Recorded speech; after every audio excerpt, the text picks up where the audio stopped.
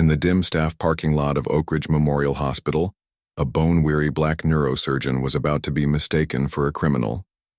What started as a late-night walk to his Tesla spiraled when Karen Whitfield, board member's wife and self-appointed security watchdog, blocked his path with pepper spray in hand. Dr. Marcus Johnson wasn't your typical man in scrubs. For 16 years, he had operated on the edge of life and death. First at Johns Hopkins, now as Oakridge's top neurosurgeon, known for calm precision in the OR and quiet authority outside it. When Karen called hospital security, claimed he was acting suspicious and began recording him like a viral threat waiting to happen, she had no idea she was messing with a man who'd spent the last 16 hours saving lives. Dr. Johnson's calm but pointed response would ignite a digital firestorm and expose cracks the hospital had spent years ignoring. What began as a petty power trip would become a reputational implosion. The Oakridge community would never forget the night Karen Whitfield tried to interrogate a hero and ended up confronting her own reflection on a national stage. Before we jump back in, tell us where you're tuning in from. And if this story touches you, make sure you're subscribed because tomorrow I've saved something extra special for you. Dr. Marcus Johnson's shoulders ached as he pushed through the staff exit of Oakridge Memorial Hospital. 16 hours in the operating room had left him bone-weary, but the fatigue was tempered by satisfaction. Both surgeries, a meningioma removal and an emergency subarachnoid hemorrhage, had gone better than expected. 2 lives saved, 2 families who wouldn't be grieving tonight. The cool night air hit his face as he stepped into the dimly lit staff parking lot. Under normal circumstances, he might have stayed to monitor his patient's post-op recovery, but Dr. Kessler had insisted on taking over. "Go home, Marcus," she'd said. "You've been here since 5 a.m. His Tesla was parked at the far end of the lot, the last available space when he'd arrived that morning. As he walked, he loosened his tie and pulled his hospital ID badge from his white coat pocket, an instinctive gesture developed over years. The weight of his surgical loops and the hospital tablet in his messenger bag pulled at his shoulder. Across the parking lot, Karen Whitfield's Cadillac Escalade purred as she double-parked near the administrative entrance. She frowned at the darkened windows.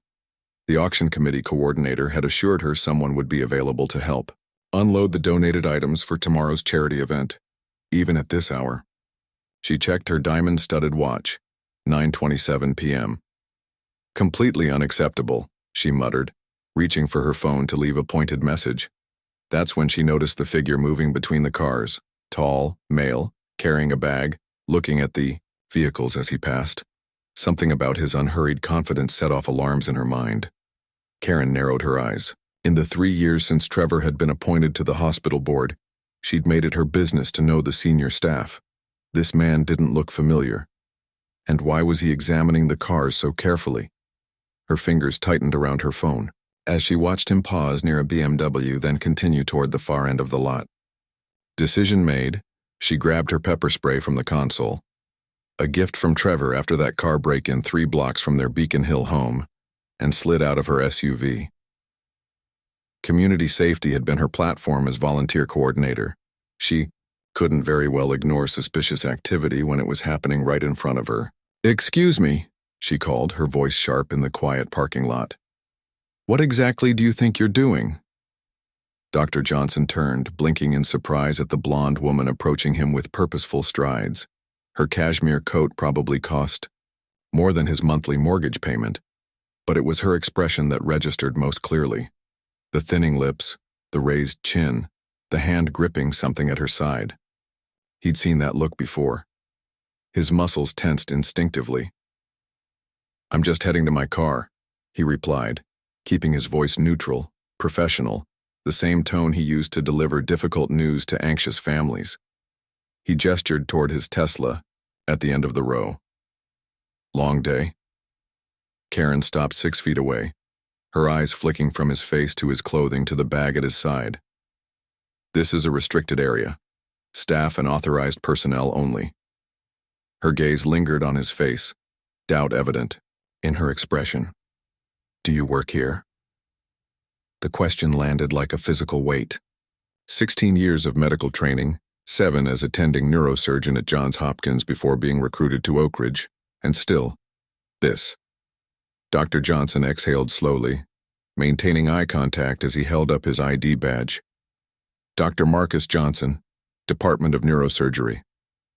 His thumb brushed over the embossed hospital logo, the photo showing him in the same white coat he wore now. I just finished 2 surgeries and I'm heading home. Karen's eyes narrowed, not moving closer to examine the badge. I know most of the doctors here. My husband is on the board. I don't recall seeing you at any of the functions. I started 6 months ago. I haven't attended many social events yet. He didn't add that the few he'd attended had featured similar interactions, subtle questions about his credentials, surprise at his position, the inevitable, "Where are you really from?" conversations that followed. She didn't lower her hand from whatever she was gripping in her pocket. "Why are you looking at all these cars? I saw you stopping at several vehicles." "I'm tired. I've been here since 5 a.m. I was trying to remember where I parked." His patience was practiced, perfected through countless moments like this. College, campuses, hospital corridors, his own neighborhood. The script was always the same. "I'm going to need you to stay right there while I call security," Karen said, pulling out her phone with her free hand. "If you really are staff, they can verify that." "That's not necessary," Dr. Johnson began, but she was already dialing, her eyes never leaving him. "Security?" "Yes, this is Karen Whitfield, Trevor Whitfield's wife. I'm in the staff parking lot, and there's a man here who claims to be a doctor, but I've never seen him before. He's been looking into cars and, yes, I think you should send someone immediately. He's got a bag with him and, no, he hasn't threatened me, but better safe than sorry." Dr. Johnson closed his eyes briefly. The familiar burn of humiliation warmed his neck, but his face remained impassive, another well-practiced skill. When he opened his eyes, he saw Karen had raised her phone and was recording him. "Sir, I'd like you to place your bag on the ground and step back from it," she instructed, her voice louder now, performative. "Security is on their way." "This is unnecessary," he said, the weariness in his voice now having nothing to do with his surgical marathon. "My ID clearly shows—" "I said put the bag down." Her voice rose, echoing against the concrete pillars of the parking structure. "Anyone can get a fake ID. Until security verifies who you are, you need to stay where I can see your hands." The service door to the hospital opened and Nurse Darnell Williams stepped out, stopping short at the tableau before him. He'd worked with Dr. Johnson on both surgeries that day, had seen the man perform miracles with steady hands and calm focus. Now those same hands were raised slightly, palms forward in a placating gesture. While a white woman pointed her phone at him like a weapon, Darnell's jaw tightened. Without hesitation, he pulled out his own phone and began recording. "Everything okay, Dr. Johnson?" he called, moving toward them with deliberate steps. Karen's head whipped around. "You know this man?" "Know him?" "Lady, that's Dr. Marcus Johnson, head of neuro. Just saved 2 lives today while you were, what exactly? Practicing to be a security guard?" Darnell's voice carried the edge of someone who'd seen this scene play out too many times. Karen flushed but didn't lower her phone. "I'm just being cautious. There have been car break-ins in this area and he was looking at vehicles." "I was trying to find my car," Dr. Johnson repeated, his voice still calm despite the situation. "As I explained." 2 security guards rounded the corner, moving at an unhurried pace. Karen straightened her spine, clearly relieved at their arrival. "That's him," she said, pointing at Dr. Johnson. "He claims he works here, but I found him examining cars in the staff lot." The guards, both middle-aged white men, approached, slowly, looking between Karen and Dr. Johnson with poorly concealed uncertainty. The older one, whose nameplate read Simmons, cleared his throat. "What seems to be the problem here?" Before Dr. Johnson could speak, Darnell stepped forward. "The problem is this woman is harassing one of our top surgeons who just spent 16 hours saving lives. Check his ID. Dr. Marcus Johnson, head of neurosurgery." Simmons glanced at his partner, hesitation evident in his movement as he approached. Dr. Johnson, who once again held out his hospital ID. "I apologize for the confusion, Dr. Johnson," Simmons said after examining the badge, his voice lowering with embarrassment. Mrs. Whitfield was concerned about— "I understand," Dr. Johnson interrupted, the same tone he used when residents made errors, firm but not accusatory. "But perhaps in the future we could avoid assumptions based on appearance." Karen's phone was still recording, though her face had reddened. Rather than apologize, she drew herself up taller. "Better safe than sorry. If you'd been more forthcoming about who you were and why you were here—" "I told you exactly who I was, Dr. Johnson replied, his composure intact but his eyes reflecting a deeper exhaustion than mere physical fatigue. "You chose not to believe me." Darnell's phone captured it all. Karen's accusatory stance, the security guard's hesitant response, Dr. Johnson's dignified restraint. Already he was composing the text message that would accompany the video when he shared it with the hospital staff group chat. "If we're done here," Dr. Johnson said, "I'd like to go home to my family. It's been a long day." Karen finally lowered her phone but maintained her righteous expression. The hospital should really provide better identification for staff. A simple white coat isn't enough these days. Dr. Johnson didn't respond to this, just nodded to Darnell and the security guards before continuing toward his car. The weight on his shoulders seemed heavier now, burdened by more than physical exhaustion. Darnell continued recording until Dr. Johnson reached his Tesla, capturing the neurosurgeon's careful movements as he placed his bag in the trunk and slid into the driver's seat. Only when the car pulled away did he stop the video and meet Karen's eyes. "That man just spent 16 hours standing in the OR saving lives, and this is how he gets treated in his own workplace," Darnell said, his voice tight with controlled anger. "I hope you're proud of yourself, Mrs. Whitfield." He turned and walked back toward the hospital, already uploading the video with a caption that would ensure its rapid spread. "Watch how Oakridge treats its best surgeons. Oakridge Karen, Iron Dr. Johnson Strong." Behind him, Karen stood rigid in the parking lot, her own phone clutched tightly in her hand, the security guards shifting uncomfortably nearby. She too began typing, her version of events already taking shape in her mind. A concerned citizen, a suspicious figure, reasonable precautions taken. Two narratives were launched into the digital sphere that night, two perspectives of the same moment, both irreversible. By morning, the private confrontation in a hospital parking lot would become public property, forcing a conversation that Oakridge Memorial had managed to avoid for far too long. Emma Chen's alarm blared at 5:15 a.m., her usual wake-up time. She silenced it with a practiced movement, already mentally reviewing the day's agenda as she slipped out of bed. Board budget reports needed final review. The Diversity Initiative Planning Committee met at 11, and she'd promised to observe the new resident orientation in the afternoon. Her morning routine proceeded with methodical efficiency until she checked her phone while waiting for her coffee to brew. 12 missed calls, 37 text messages, 94 email notifications. "What the hell?" she murmured, opening the first text, from the head of public relations. "Emergency situation. Video involving board member's wife. Paltz Dr. Johnson circulating. Call me ASAP." She scrolled through other messages, each more urgent than the last, until she reached one from Darnell Williams with a video attachment. The timestamp showed 10:23 p.m. She pressed play. By the time her coffee had finished brewing, Emma was already dressed and calling an Uber, her untouched mug abandoned on the counter. Dr. Marcus Johnson awoke to his wife Leah gently shaking his shoulder. "Marcus, wake up. Something's happening." He blinked at the bedside clock, 6:07 a.m. He'd gotten home just before 11 p.m., taken a quick shower, and collapsed into bed without dinner. "What is it?" he asked, voice still rough with sleep. Leah sat on the edge of the bed, her phone in hand, face tight with concern. "That woman in the parking lot last night? The video's everywhere. Your colleague, Darnell, he posted it and it's gone viral. You're trending." Marcus sat up slowly, the previous night's confrontation flooding back. He'd mentioned it to Leah in passing, downplaying it as he had countless similar incidents. Just another day as a black doctor in America. How bad? He asked, taking the phone. The video had over 300,000 views.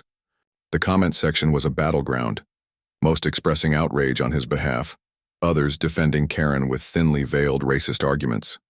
His hospital email showed 152 unread messages, many from colleagues expressing support or outrage. Several journalists had already found his professional contact information. "I've got patients today," he said quietly, handing the phone back to Leah. "I can't deal with this right now." Leah's hand found his.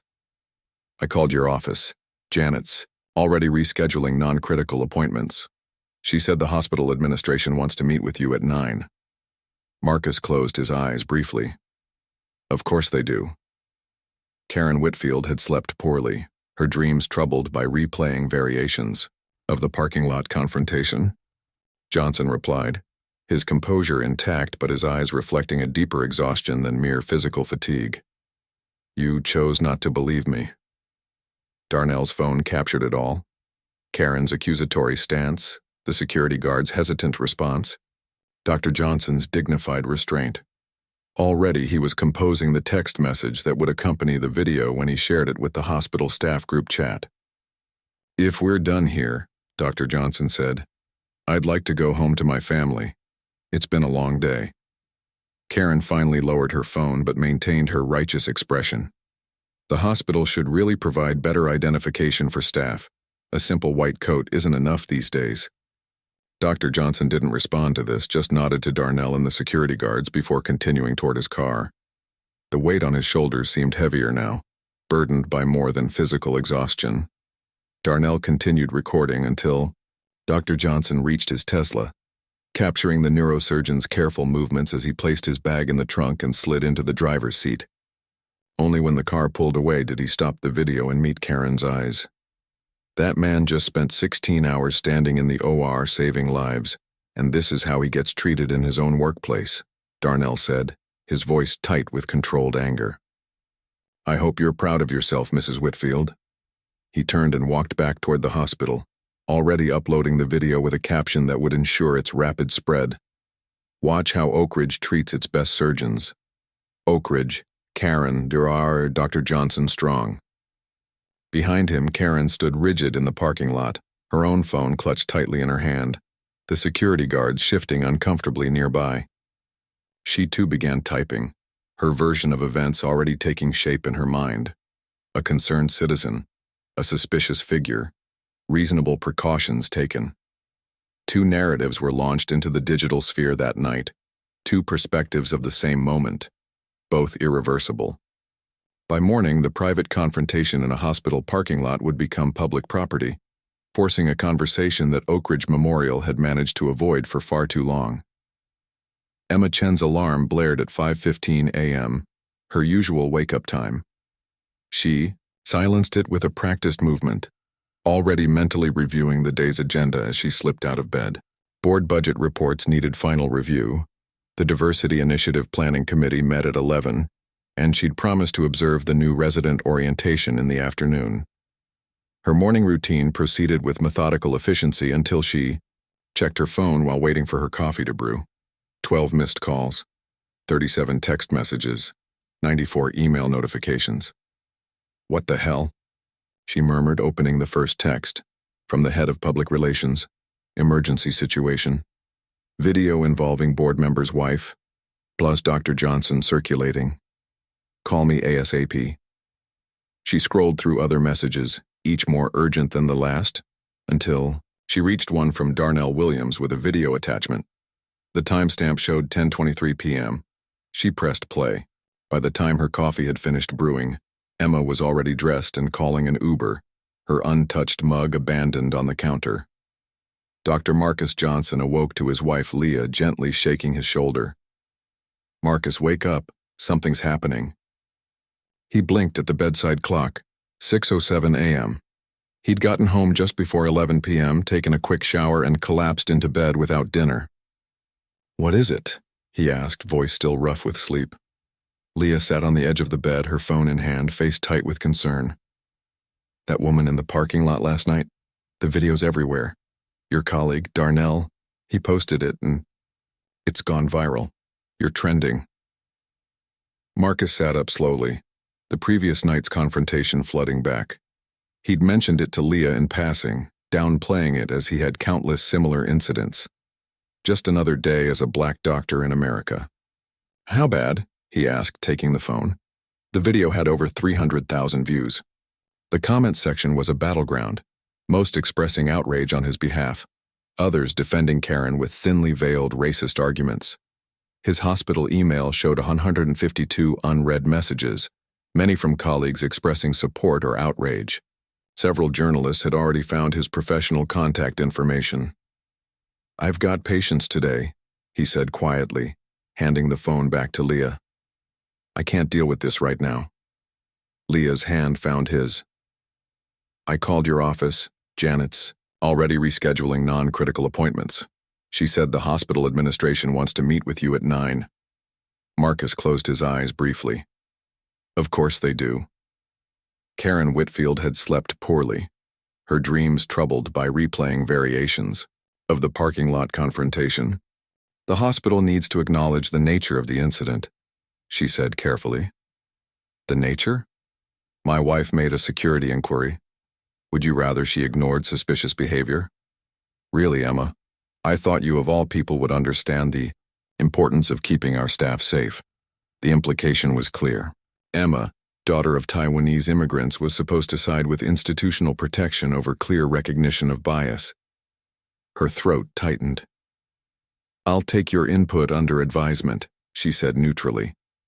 The board will have opportunity to review our statement before it's released. Excellent. I've called an emergency board meeting for this afternoon. We need to contain this before donors start asking questions. I trust you'll attend? Of course, Emma replied, ending the call. She turned back to the expectant PR team. We need a fourth draft, one that acknowledges what actually happened without throwing anyone under the bus. Sofia Rivera scrolled through the viral video for the third time, recognition dawning as she realized the doctor in the recording was scheduled to perform her spinal surgery the following day. The comment section was a battleground of opinions, with your Dr. Johnson strong supporters praising his composure and others defending Karen's right to be cautious. Her phone rang. Oakridge Memorial's number flashed on the screen. Ms. Rivera, this is Janet from Dr. Johnson's office. I'm calling about your procedure scheduled for tomorrow. Sophia's heart sank. Is everything okay? Due to unforeseen circumstances, we need to reschedule. Dr. Johnson is dealing with an urgent situation and— I saw the video, Sophia interrupted. That woman had no right to treat him that way. A pause. Yes, well, we're very sorry for the inconvenience. Would next week work for your schedule? Sophia glanced at her walker, positioned beside her bed. The chronic pain that had plagued her for months after the car accident would continue for another week. The procedure wasn't life-threatening, but it promised to end the nightmare of constant discomfort that had upended her life. Do I have a choice? She asked, not bothering to mask her disappointment. Dr. Patel could take the case tomorrow if you prefer not to wait, but Dr. Johnson? Specifically, no, Sophia said firmly. I've researched Dr. Johnson's work, I'll wait for him. After ending the call, she opened her laptop and typed a message to her community organizing group. Emergency meeting needed. Our hospital has a problem we need to address. Darnell Williams was midway through his morning rounds when his phone vibrated continuously in his pocket. He ducked into a supply closet to check it. The video he'd posted had exploded overnight. 500,000 views, shared by several major civil rights organizations and popular social media accounts. Local news stations were requesting interviews. The hospital staff group chat was on fire, with doctors and nurses from every department weighing in. His inbox contained a terse message from his supervisor, requesting an urgent discussion about social media policies. Another from Emma Chen asked him to attend a meeting at 10 a.m. A text from Dr. Johnson simply read, "We should talk before the admin meeting. My office, 8:30? Darnell's momentary hesitation was interrupted by another nurse pushing open the supply closet door. "There you are," said Melissa, her eyes wide. "Have you seen what's happening? Your video is everywhere, and get this. They've organized a protest outside the hospital for this afternoon. People are making signs already. A protest? Darnell echoed, surprised at how quickly things were escalating. Yes, community groups, medical students, even some patients. Oh, and Karen Whitfield is digging herself deeper online. She's responding to comments claiming she was just following security protocols. People are tearing her apart. Darnell felt a complicated mix of satisfaction and unease. The spotlight on institutional bias was long overdue, but he hadn't anticipated the sheer scale of the response. Dr. Johnson hadn't asked for this attention. Would this help or hurt the broader cause of addressing systemic issues at Oakridge? I need to finish rounds, he said, pocketing his phone, and apparently I have meetings to attend. By 8:30 a.m., Dr. Marcus Johnson sat in his office reviewing patient files, attempting to maintain normalcy despite the storm raging around him. The routine of medicine, clear symptoms, diagnosis, treatment plan, provided a comforting structure that social interactions often lacked. A knock at his door interrupted his concentration. Darnell entered, his normally confident demeanor subdued. Dr. Johnson, he began, I want to apologize if posting that video created problems for you. I was just so angry seeing how you were treated, and I thought people should know. Marcus held up a hand. You have nothing to apologize for, Darnell. You documented what happened. That's more than many would do. But all this attention isn't what either of us would choose, Marcus finished. But now that it's here, we need to decide how to use it. He gestured to the chair opposite his desk. As Darnell sat, Marcus leaned forward, fingers steepled beneath his chin. The administration is scrambling, he said quietly. They'll want to minimize this, make it about one isolated incident rather than a pattern. I've been here 6 months, and I've already experienced a dozen smaller versions of last night. I'm sure you have too. Darnell nodded grimly. Since my first day, security following me to the restricted floors, patients asking for a different nurse, being mistaken for janitorial staff despite my scrubs and badge. Exactly. So here's my question. What do we want to come from this? Because they'll offer platitudes, maybe some bias training, and hope it blows over. Is that enough? Before Darnell could answer, Marcus's phone buzzed with a text. He checked it and sighed. Board member Whitfield is requesting a private meeting before the administration briefing. Undoubtedly to offer me something in exchange for helping them bury this. Darnell's expression hardened. You're not considering it, are you?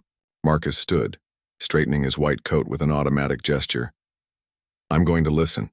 Then I'm going to make my own decision about what's best, not just for me, but for every person who works here and experiences what we do. He picked up his tablet and headed for the door, pausing beside Darnell. Whatever happens in these meetings today, remember this. You did the right thing. The question is whether Oakridge will do the same. As the door closed behind Dr. Johnson, Darnell remained seated, the weight of the situation settling over him. His phone continued to buzz with notifications, support from colleagues, interview requests, messages from young black nursing students calling him a hero. He thought about his 20 years at Oakridge, the countless small indignities he'd learned to swallow, the careful calculations about when to speak up and when to preserve his position. He thought about Dr. Johnson, new to the institution but already navigating its unwritten boundaries with the tired expertise of someone who'd done it his entire career. This wasn't just about one confrontation in a parking lot anymore. The boundaries of who belonged at Oakridge Memorial, who was automatically trusted, who had to prove themselves repeatedly, were suddenly visible to everyone. The question was whether seeing those boundaries would be enough to begin dismantling them. Darnell finally rose and headed toward the administration building, where Emma Chen was preparing to navigate between institutional protection and ethical clarity, where Trevor Whitfield was crafting an offer designed to preserve the hospital's image rather than address its culture, and where Dr. Marcus Johnson would soon face the choice between personal advancement and systemic change. Behind them all, Karen Whitfield continued typing furious defenses into social media, each word digging a deeper hole, while community organizers like Sofia Rivera mobilized supporters for a protest that would bring the hospital's internal struggles into full public view. The private confrontation had gone viral. Now it would be impossible to contain. The Oakridge Memorial boardroom projected an aura of permanence, with its gleaming mahogany table and the portraits of past medical directors lining the walls, an unbroken lineage of white men in formal poses. The room had been designed to impress, to convey stability and tradition. Today it felt like a pressure cooker. Emma Chen stood at the head of the table, her posture perfect, her charcoal suit a carefully chosen armor. Around her sat the hospital's power brokers, board members, department heads, legal counsel, and PR staff. Dr. Marcus Johnson sat near the middle, his surgical scrubs a deliberate choice amid the sea of business attire. Nurse Darnell Williams had positioned himself against the wall, technically present but outside the inner circle. "Thank you all for coming on such short notice," Emma began, her voice steady despite having slept only 3 hours. "As you know, an incident occurred last night involving Dr. Johnson and Mrs. Whitfield. Both parties recorded the encounter, and those videos have now been viewed over 1 million times combined." She gestured to the screens where freeze frames from both videos were displayed. The difference in perspective was striking. Karen's video showed a tall figure partially obscured by shadows. Darnell's clearly captured Dr. Johnson's professional attire, ID badge, and the security guard's hesitation. "Before we discuss response options, I believe we need context." Emma tapped her tablet, and a new slide appeared. Over the past 5 years, Oakridge has recorded 47 official complaints of bias incidents involving staff. 39 came from minority employees. Of those, only 3 resulted in any documented action. A murmur rippled through the room. Trevor Whitfield leaned forward, his silver hair catching the light. "Emma, is this really necessary? We're here to address a specific incident, not conduct a comprehensive review of HR policies." Emma met his gaze directly. "The context is relevant, Mr. Whitfield. This isn't an isolated event, but part of a pattern that affects our staff, our patient care, and now, our public reputation." She advanced to the next slide, which showed anonymous quotes from staff exit interviews. The words were damning. "2 sets of rules for different people, constantly having to prove I belong here. Exhausted from being the spokesperson for diversity." Dr. Abramson, the aging head of neurosurgery, cleared his throat. "While I appreciate your thoroughness, Emma, perhaps we should hear from Dr. Johnson directly about what happened last night, and then discuss how to move forward pragmatically." All eyes turned to Marcus, who had been watching the exchange with a measured expression. He straightened slightly but remained seated, a subtle rejection of performing for the room. "What happened last night was unfortunately familiar," he said, his baritone voice filling the room without effort. "I was questioned, disbelieved, and treated as an intruder in my workplace despite clear identification. The security response was hesitant at best. Without Nurse Williams' intervention, I suspect the situation would have escalated further." Trevor nodded sympathetically, his expression calibrated to show just the right amount of concern. "And we deeply regret that, Marcus, truly. Mrs. Whitfield was overzealous in her concerns about hospital security. I've spoken with her, and she recognizes her mistake." Marcus raised an eyebrow but said nothing. Trevor continued smoothly. "I believe the simplest resolution would be a direct apology from my wife to Dr. Johnson. A public statement acknowledging the misunderstanding and—" He paused for effect. "I'd like to personally recommend Dr. Johnson to succeed Dr. Abramson when he retires next quarter. 6 months early with the appropriate compensation adjustment, of course." Dr. Abramson blinked in surprise. This was the first he'd heard of accelerating his retirement. Emma watched Marcus carefully. His expression remained neutral, but she caught the slight tightening around his eyes, recognition of the bribe wrapped in opportunity. "That's very generous," Marcus said finally, "but it doesn't address the systemic issues Ms. Chen just highlighted." Trevor's smile didn't waver. "A leadership position would give you significant influence to address those concerns from within. Change happens incrementally in institutions like ours. And quietly? Marcus asked, with minimal disruption to donors and public perception? Before Trevor could respond, the boardroom door opened. The hospital's head of security entered, looking uncomfortable in the rarefied environment. "I apologize for the interruption," he said, "but I thought you should know. There are approximately 200 protesters gathering at the main entrance. News vans are setting up. They're asking for an official response from administration." Trevor's smile finally slipped. Emma seized the moment. "Thank you. Please ensure our patients can access the facility safely, but do not engage with protesters. Otherwise." She turned back to the board. "This is exactly why we need more than a performative response. People are watching to see if we truly live our stated values." "What exactly are you proposing?" asked Dr. Winters, Chief of Internal Medicine. Emma straightened. This was the moment she'd prepared for during her sleepless hours before dawn.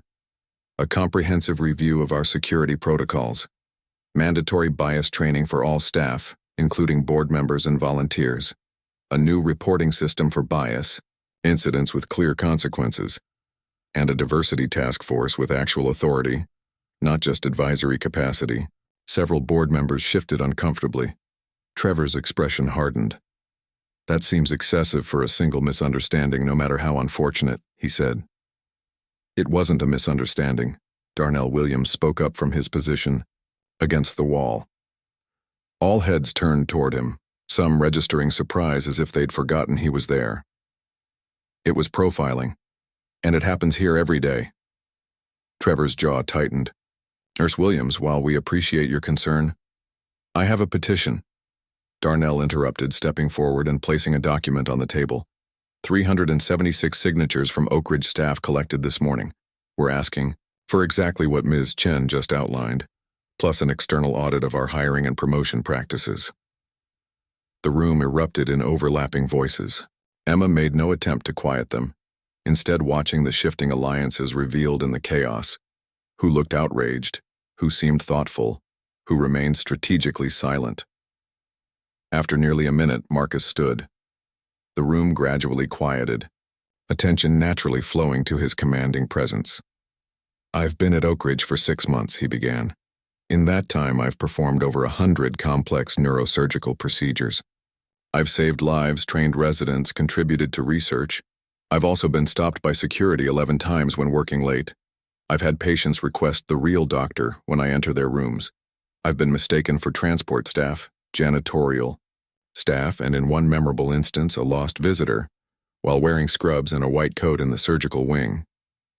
He paused, making eye contact with several people around the table. "Each incident alone seems minor. An annoying misunderstanding to be brushed aside so I can do my job. But collectively, they create a pervasive sense that no matter my achievements, my credentials or my contributions, I remain perpetually suspect, perpetually foreign in these halls." The room was utterly silent now. What happened last night was not an isolated incident. It was a public manifestation of a daily reality for many of your staff. So the question isn't whether Mrs. Whitfield will apologize or whether I'll accept a promotion offered to make this go away. The question is whether Oakridge Memorial will recognize the boundaries of belonging it has constructed and maintained, or whether it will once again seek the path of minimal disruption. In the silence that followed, Emma felt a shift in the room's energy, less defensive, more reflective.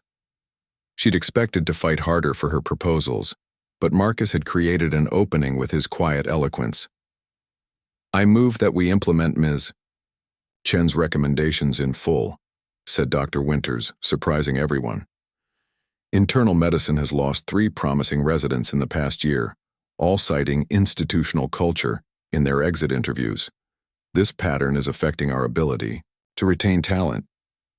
"I second the motion," said Dr. Lin from Pediatrics.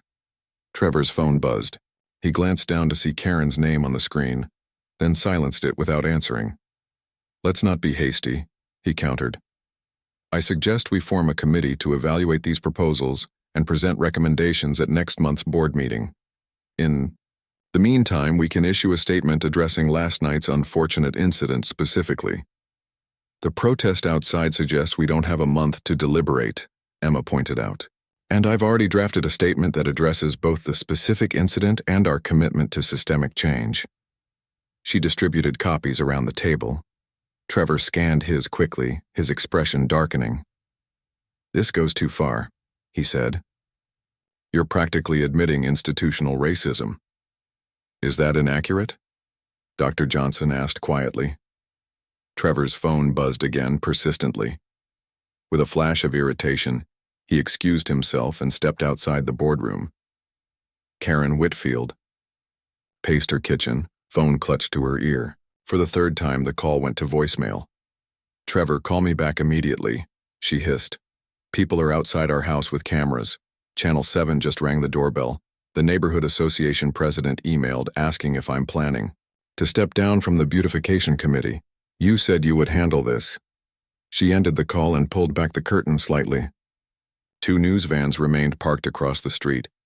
Her Instagram account had been flooded with vicious comments overnight. The Beacon Hill Mothers Group, which she'd founded 3 years ago, had removed her as administrator. Even her sister had texted asking what on earth she'd been thinking. Her phone finally rang.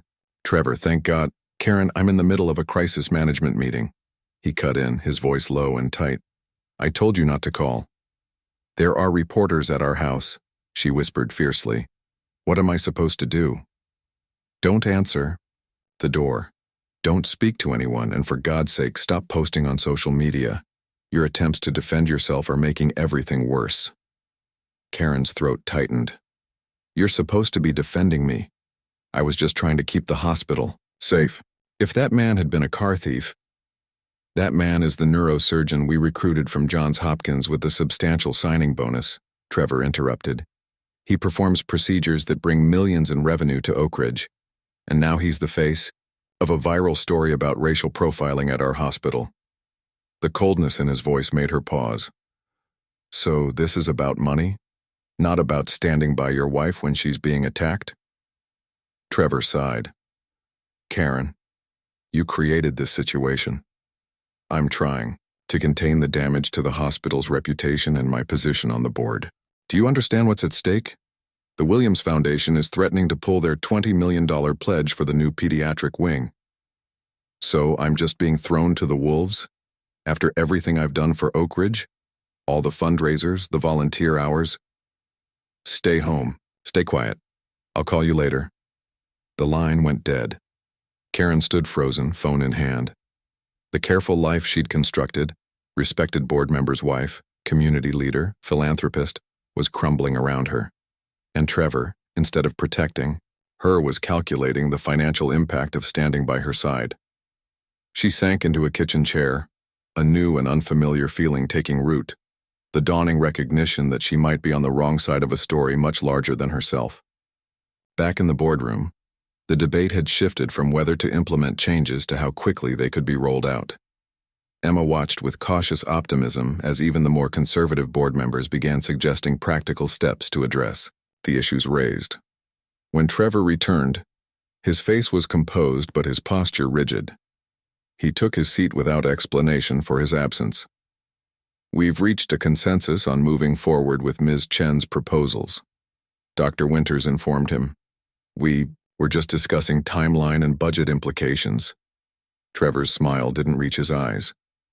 "I see. Then I suggest we also consider the PR aspects carefully.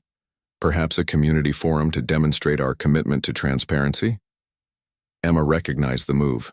Unable to block the changes, Trevor was positioning himself to take credit for them. She made a mental note to document the meeting's true dynamics for her records.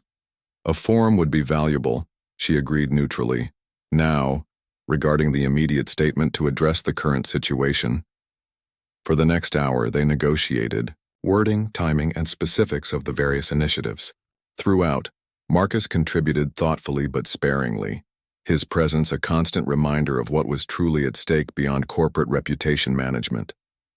As the meeting wound down, Trevor approached Marcus by the coffee station, speaking just loudly enough for those nearby to overhear. "Dr. Johnson, I want to personally apologize for my wife's behavior.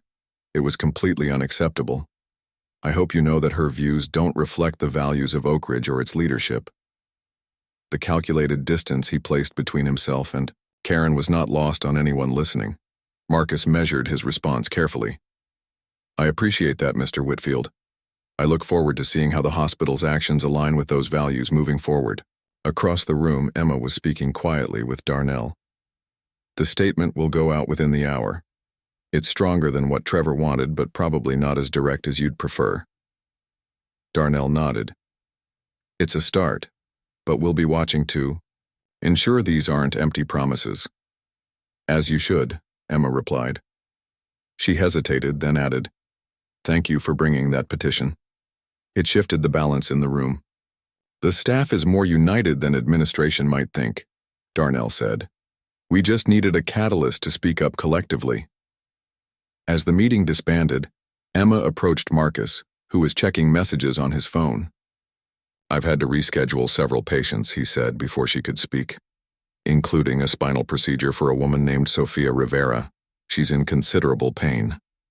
Emma nodded. I can help expedite or time for tomorrow if you're willing. The hospital owes you that much at least. I'd appreciate it. He paused, then added, The statement, will it acknowledge the racial component directly or use vaguer terminology about misunderstandings and improving communication? Emma met his gaze steadily.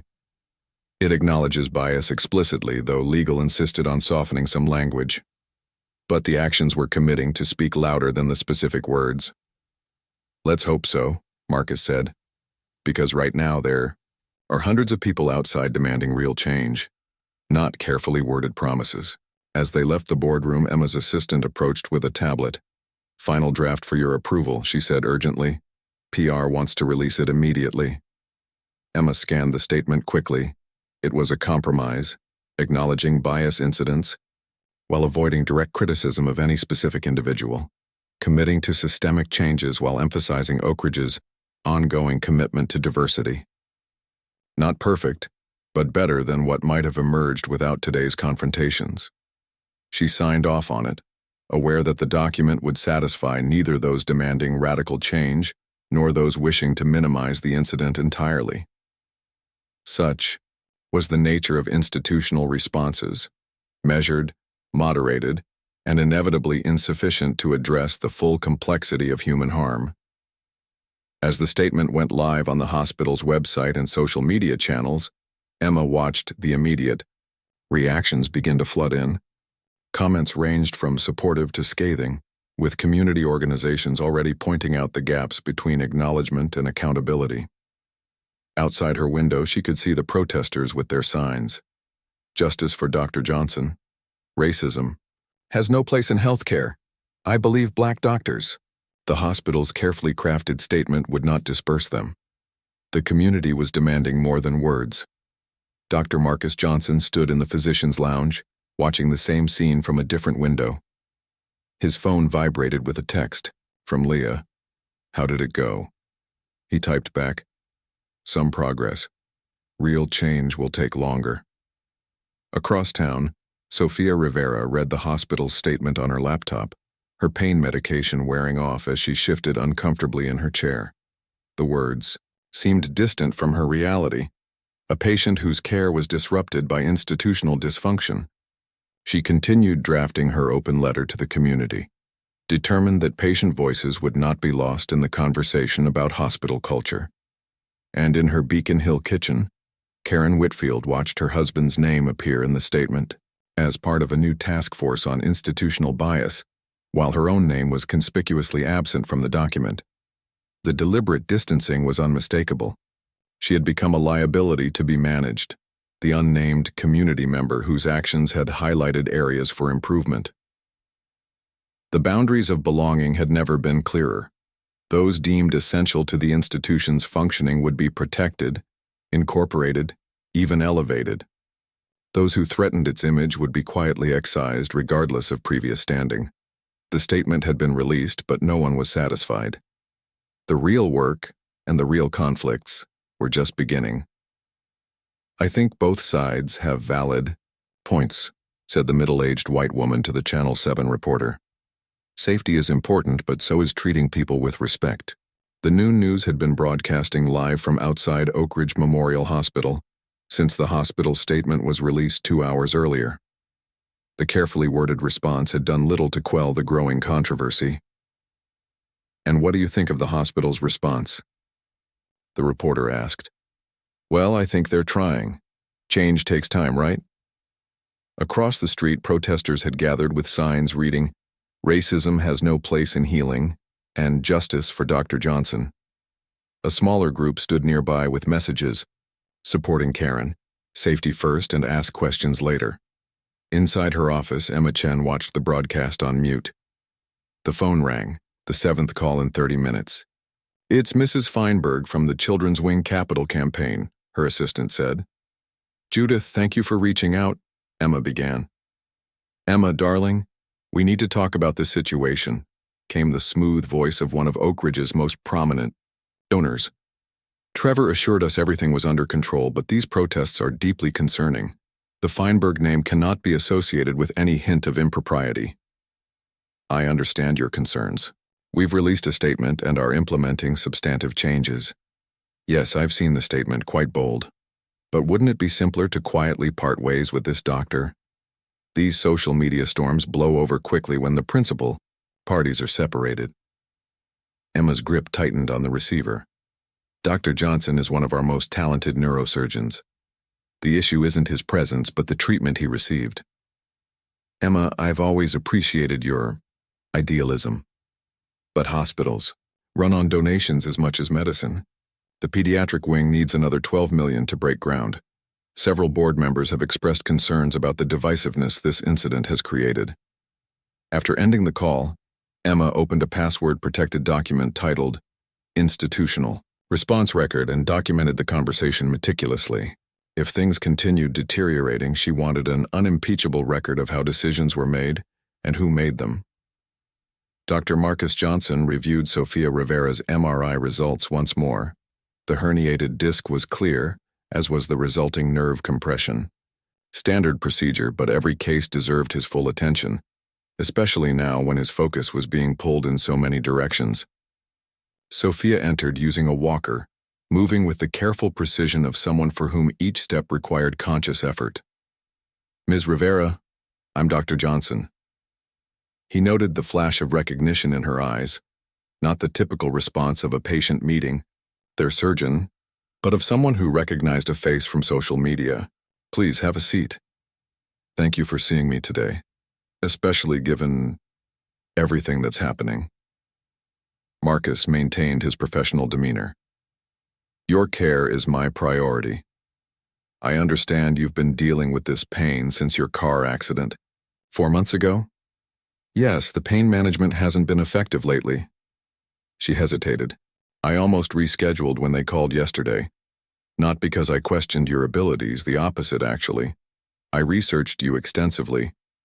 But I wasn't sure if you'd be in the right headspace for surgery, given the circumstances."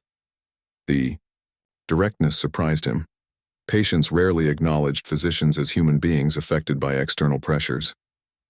"I appreciate your concern, but I assure you once I'm in the operating room, my focus is entirely on the patient." Sofia studied him thoughtfully. "That must require compartmentalizing a lot. Putting aside that kind of public humiliation, the angry protesters outside, the hospital's lukewarm response, and then performing intricate procedures on people's spines." Marcus felt a sudden weariness. The effort of maintaining professional distance was itself exhausting.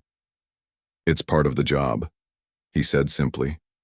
"Now, regarding your procedure, I organized the community response outside," Sofia interrupted.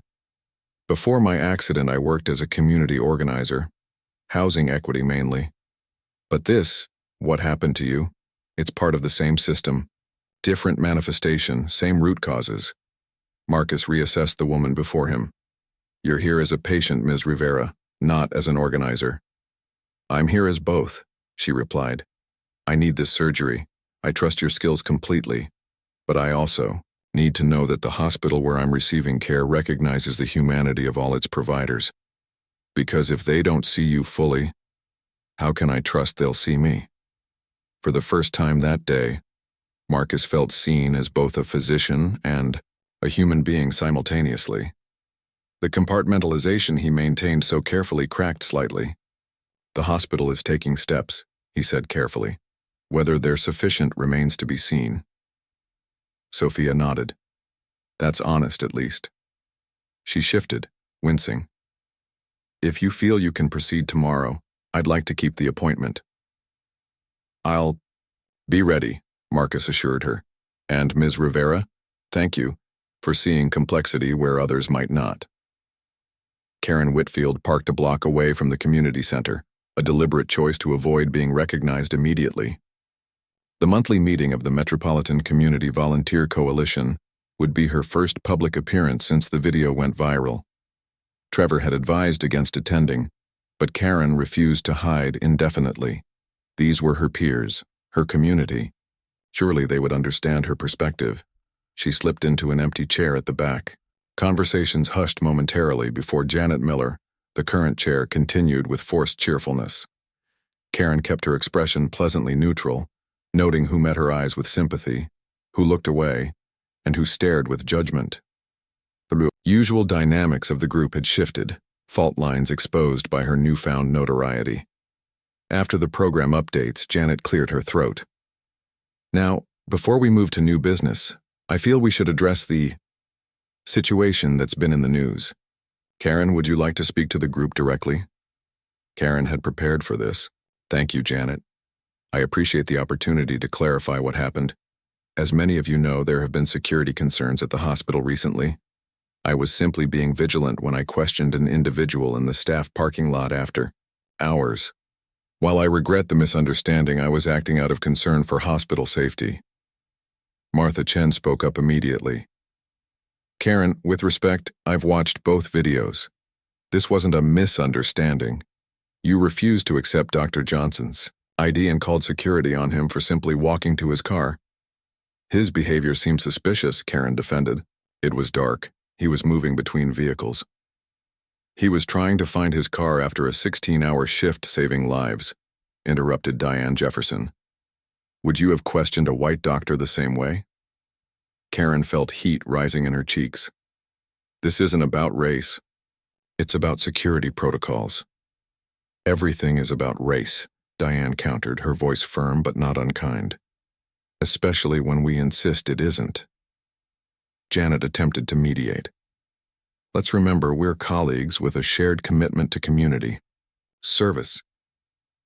"That's precisely why this matters," said Martha. "Our service work doesn't exist in a vacuum.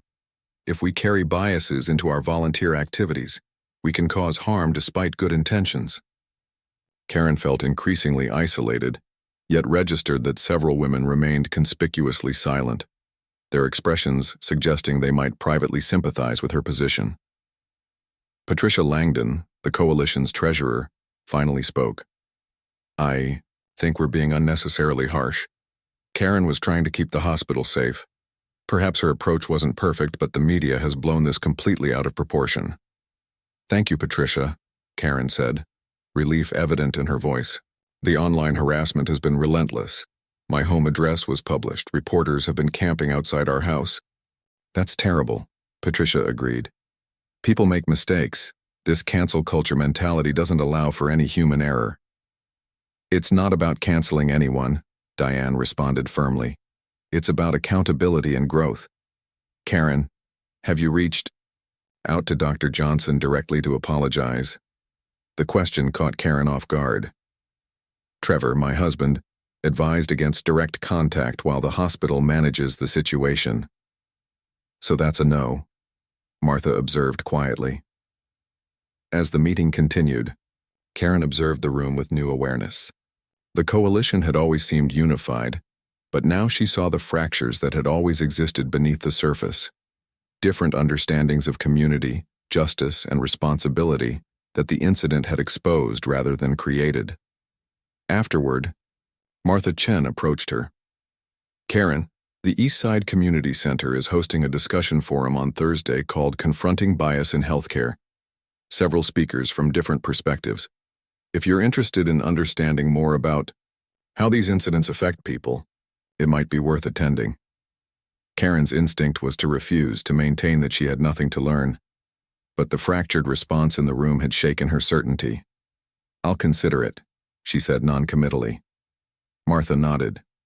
Not as a speaker or target, just as a listener. Trevor Whitfield sat in the private dining room of the Somerset Club with James Harrington, chairman of the hospital board. "This will pass," Harrington said, cutting into his steak. "These social media storms always do. The important thing is containment." Trevor nodded. Emma's statement went further than I would have advised, but appeasing the staff had some strategic value. Dr. Johnson is quite the asset. Hopkins tried to retain him with a substantial counteroffer. Keeping him satisfied through this unpleasantness, Ken, is priority one. I've already suggested accelerating his promotion to department head when Abramson retires. Good. About Karen.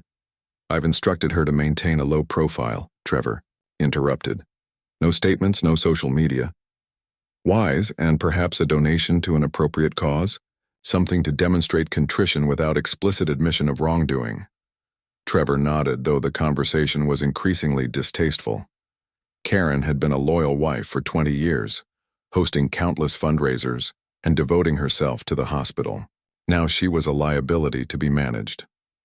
The Williams Foundation is wavering on their commitment to the pediatric wing, Trevor said, changing the subject. Harrington grimaced. That would be catastrophic. 20 million is irreplaceable. I'm meeting with Richard Williams tomorrow. We were fraternity brothers. I believe I can smooth things over. Excellent.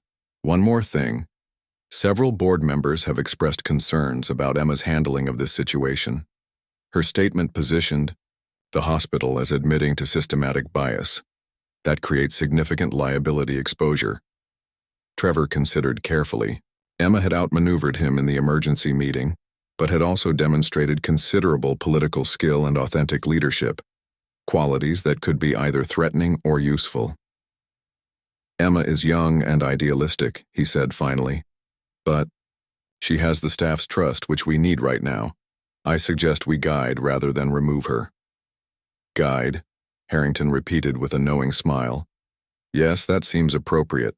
After all, we wouldn't want to create the impression that we're silencing minority leadership during a diversity crisis.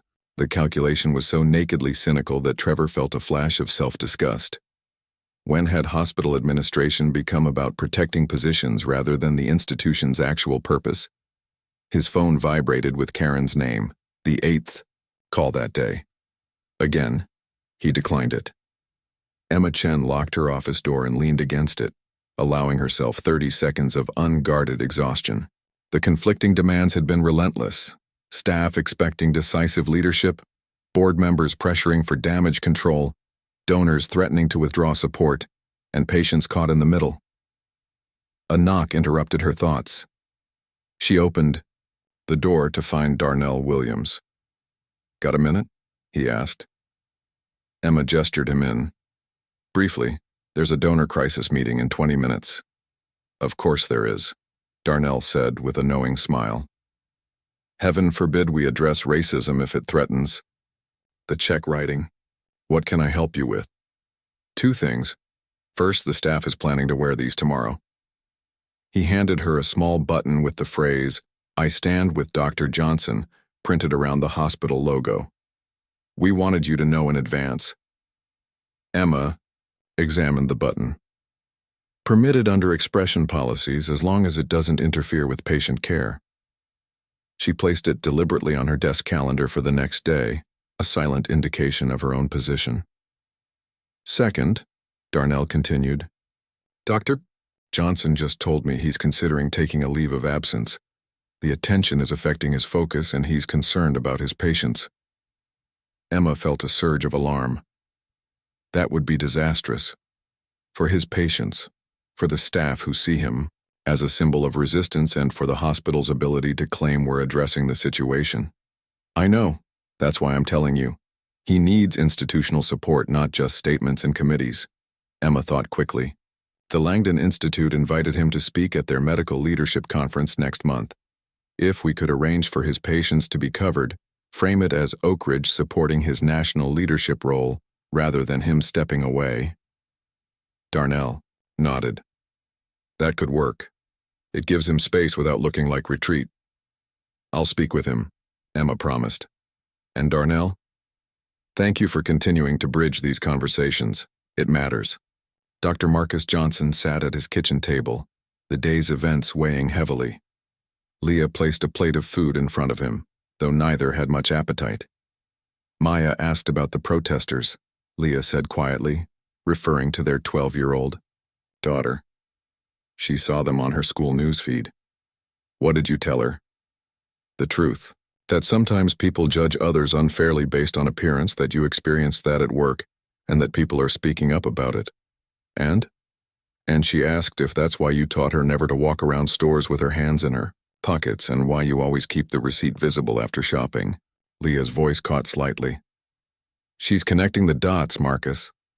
The weight in his chest grew heavier. They had worked so hard to give their children space to simply be children, to delay the inevitable conversations about how the world might see them differently. I'll talk with her, he promised. There's something else, Leah said hesitantly. Harvard called. They want you to consider the position again. 6 months ago, Harvard Medical School had recruited him aggressively. Marcus had chosen Oakridge instead, believing in Emma Chen's vision for transforming the institution. Now that decision felt naive. I told them I'm committed to Oakridge. Are you? After everything that's happened? Marcus met his wife's concerned gaze. If I leave, nothing changes. Karen Whitfield gets what she wants, a hospital where she doesn't have to see people who make her uncomfortable. The system continues unchanged. It's not your responsibility to fix a broken institution at the expense of your well-being, Leah countered. You're a neurosurgeon, not a civil rights activist. Why can't I be both? He asked quietly. That patient today, Sophia Rivera. She's in pain, needs surgery that only a few surgeons can perform. She also recognizes that her care is connected to how the institution treats its providers. These aren't separate issues. Leah reached across the table to take his hand. I support. Whatever you decide, just don't sacrifice yourself for symbolic victories. His phone chimed with an email. Emma Chen had arranged for him to deliver the keynote at the Langdon Institute conference, with coverage for his non-critical patients for 3 days, space to breathe without appearing to flee. Across town, Karen Whitfield sat alone, Trevor's continued absence speaking volumes. She opened Martha Chen's text message again, studying the invitation to the community forum. The prospect of attending as a listener, rather than a defender, was terrifying. Yet the fractures revealed at today's meeting had shaken something loose in her understanding of herself and her place in the community. Telling and preparing this story took us a lot of time, so if you are enjoying it, subscribe to our channel. It means a lot to us. Now back to the story. Near the hospital, Sophia Rivera prepared for tomorrow's surgery. The confrontation that had nearly delayed her procedure had revealed uncomfortable truths about the healthcare system she was entrusting with her body. Yet it had also revealed the character of the surgeon who would be operating on her spine, his dignity under pressure, his commitment despite adversity. Paradoxically, she felt more confident in her care now than before. Emma Chen finally left her office at 11 p.m., carrying the staff solidarity button in her pocket. Tomorrow would require choosing sides more explicitly, documenting more extensively, and perhaps risking more personally than she had anticipated when accepting the administration position. But tonight, driving home through darkened streets, she felt a clarity that had been missing in the chaos of crisis management. The hospital was not just buildings and medical equipment, nor merely a financial entity requiring donor support. It was a community, flawed, fragmented, but real. And communities could change if enough people demanded it. The boundaries of belonging were being contested, their invisible lines made suddenly visible by a confrontation in a parking lot. What had been comfortably unspoken was now unavoidably explicit. The question remained whether illumination would lead to transformation, or whether the lines would simply be redrawn in more subtle ways once the immediate crisis passed. Dr. Marcus Johnson stood at his kitchen counter, measuring coffee grounds with the precision of a surgeon. 5 days into his reluctant leave of absence, he'd settled into an unsettling rhythm, waking early out of habit, making breakfast for Maya and Daniel before school, and trying to ignore the continuing media coverage of what was now simply called the Oakridge incident. The Langdon Institute speaking engagement had provided perfect cover, a prestigious invitation that justified temporary absence from clinical duties. But the forced stillness was its own kind of strain. His parents would arrive this afternoon, ostensibly to visit their grandchildren, but really to offer the silent solidarity that only family could provide. The coffee machine gurgled to life as Leah entered the kitchen, already dressed for her law firm. "Your mom texted. Their flight's on time," she said, accepting the mug he offered. Marcus nodded. "Maya wants to go to the rally at the hospital tomorrow." "The student-organized one? She's 12, Marcus." "She says it's important to her. She's been watching everything online. Maybe participating would help her process it, better than just observing." Leah considered this. "I suppose hiding the reality from her isn't protecting her at this point." Maya appeared, school backpack slung over one shoulder. "Dad, can I ask you something for my social studies presentation?" Marcus raised an eyebrow. "You're using the incident for a school project?" "Ms. Harrigan said we could choose any current event with social justice implications," Maya replied. "I want to understand why Mrs. Whitfield didn't believe you were a doctor even with your ID." The question hung in the air, so direct yet loaded with weight that no 12-year-old should have to carry. "That's a complex question," Marcus said finally. "One that many adults struggle to answer honestly. Is it because some people see what they expect to see, not what's actually there?" Maya pressed. "Like when we visited Grandma and Grandpa last summer, and the neighbor asked if Dad was the landscaper." Marcus felt a familiar tightness in his chest. They had shielded their children from so many things, but they couldn't shield them from their own observations. "That's part of it," he acknowledged. "What happened at the hospital is connected to patterns that exist throughout society, assumptions about who belongs in certain spaces, who looks like a doctor, who deserves the benefit of the doubt." Maya nodded. "Grandpa told me about the time he wasn't allowed to try on a hat at a store. That was in the 1960s. It's supposed to be different now." "It is different," Leah interjected gently. "But different doesn't mean resolved. Change happens slowly, unevenly."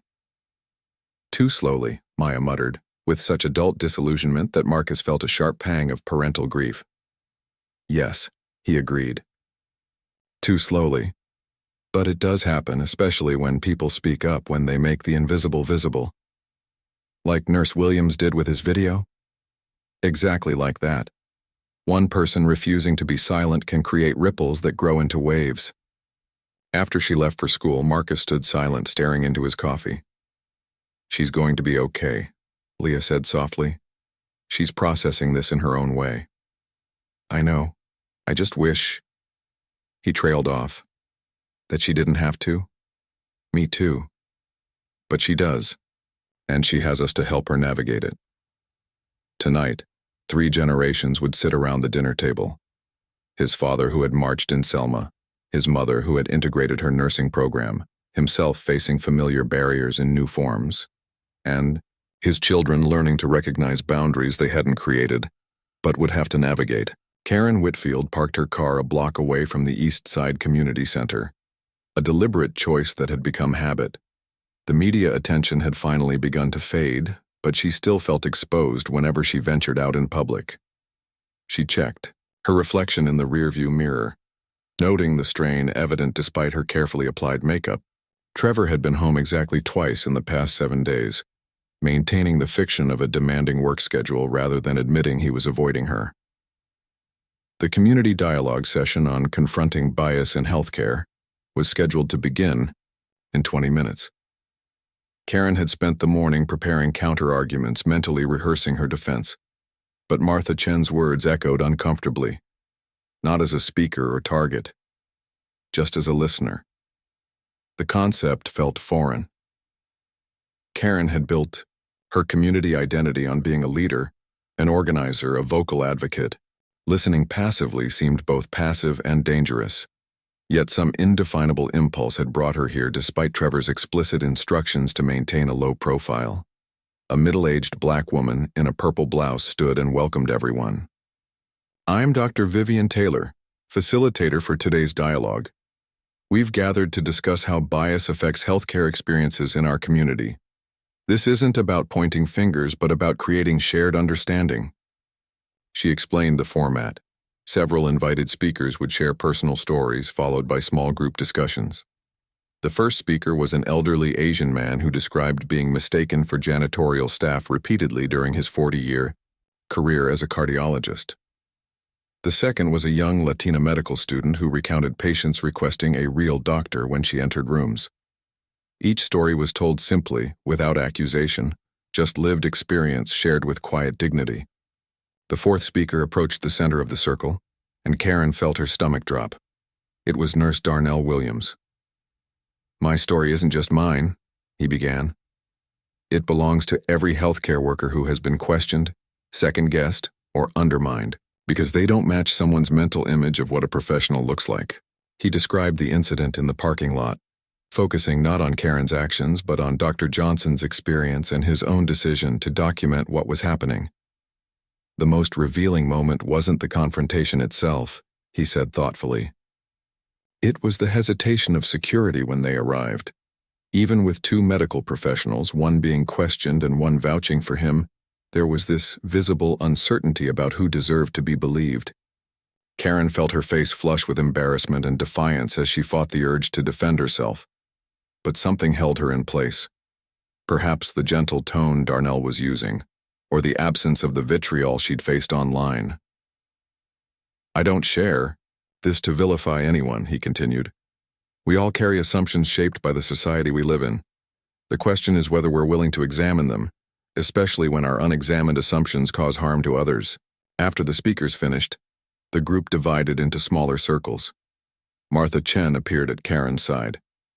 "I'm glad you came," she said quietly. "Would you join our group?" When Karen's turn came to speak, she found herself talking before she'd fully formed her thoughts. "I think," she began, then paused. "I think I've been focusing on defending my intentions rather than understanding the impact of my actions." The word surprised her as much as the others in the circle. Where had that come from? Yet as soon as she'd spoken, she recognized the truth in the statement. How exhausting it had been to maintain absolute certainty in her righteousness. Had she truly been concerned about hospital security when she confronted Dr. Johnson, or had something else driven her reaction? What assumptions had she made in those first moments of seeing him in the parking lot? The questions were uncomfortable, threatening the narrative she'd constructed about herself as a community leader, a person who treated everyone fairly. "The hardest part," she heard herself saying, "is reconciling who I believe myself to be with how my actions affected someone else." Martha nodded encouragingly. "That's where real growth begins." As the session concluded, Darnell Williams glanced her way, their eyes meeting briefly. She expected to see judgment in his gaze, but instead found something more complex, a measured assessment, perhaps even a flicker of respect for her presence. Karen looked away first. She wasn't ready to speak with him directly, to offer the apology forming tentatively in her consciousness, but for the first time since the incident, she allowed herself to consider that her perspective might not be the only valid one, that the boundaries of belonging she had instinctively enforced were neither natural nor necessary. Sofia Rivera adjusted her position carefully in the recliner, mindful of her healing spine. 3 days post-surgery, the chronic pain that had defined her existence for months had been replaced by the sharper but more hopeful discomfort of recovery. Her laptop balanced on a pillow as she typed, pausing occasionally to refine a phrase. The document had begun as personal reflection, but was evolving into something more purposeful, an open letter addressing the intersection of patient care and institutional culture. "As a patient at Oakridge Memorial," she wrote, "I entrusted my body and health to physicians I had never met, based on their credentials, reputation, and my belief in the institution's values. When that same institution failed to unequivocally defend my surgeon against discriminatory treatment, it called into question not just their commitment to their staff but to patients like me. Her phone chimed with a text from Darnell Williams checking on her recovery. They had been in contact regularly since her surgery, his nursing expertise complementing Dr. Johnson's surgical follow-up. "Drafting my open letter," she replied. "Would you be willing to review it before I publish?" His response came quickly. "Absolutely. Staff meeting about policy reforms tomorrow could use patient perspective." Sophia smiled, feeling the familiar energy of effective organizing taking shape. Her individual experience was becoming part of a larger movement for change, her pain and healing both literal and metaphorical, as the hospital community navigated its own recovery process. Emma Chen sat alone in the hospital archives, surrounded by dusty boxes pulled from storage. As Chief Diversity Officer, her access to personnel records was limited, but as Assistant Hospital Director, she could review legal settlements without specific authorization, an administrative loophole she was exploiting with increasing unease. The pattern had emerged after hours of methodical review. In the past decade, Oakridge Memorial had quietly settled 7 cases involving allegations of racial discrimination against staff members. Each had been resolved with financial compensation and strict non-disclosure agreements. Each had been classified as a personnel matter rather than a systemic issue. Each had been kept carefully segregated from diversity and inclusion initiatives. Emma massaged her temples, feeling the weight of complicity settling on her shoulders. For 2 years, she had led diversity committees, drafted inclusion statements, organized cultural competency trainings, all while these settlements were being processed through separate channels, invisible to her department's metrics. Had she been an unwitting accomplice in institutional whitewashing?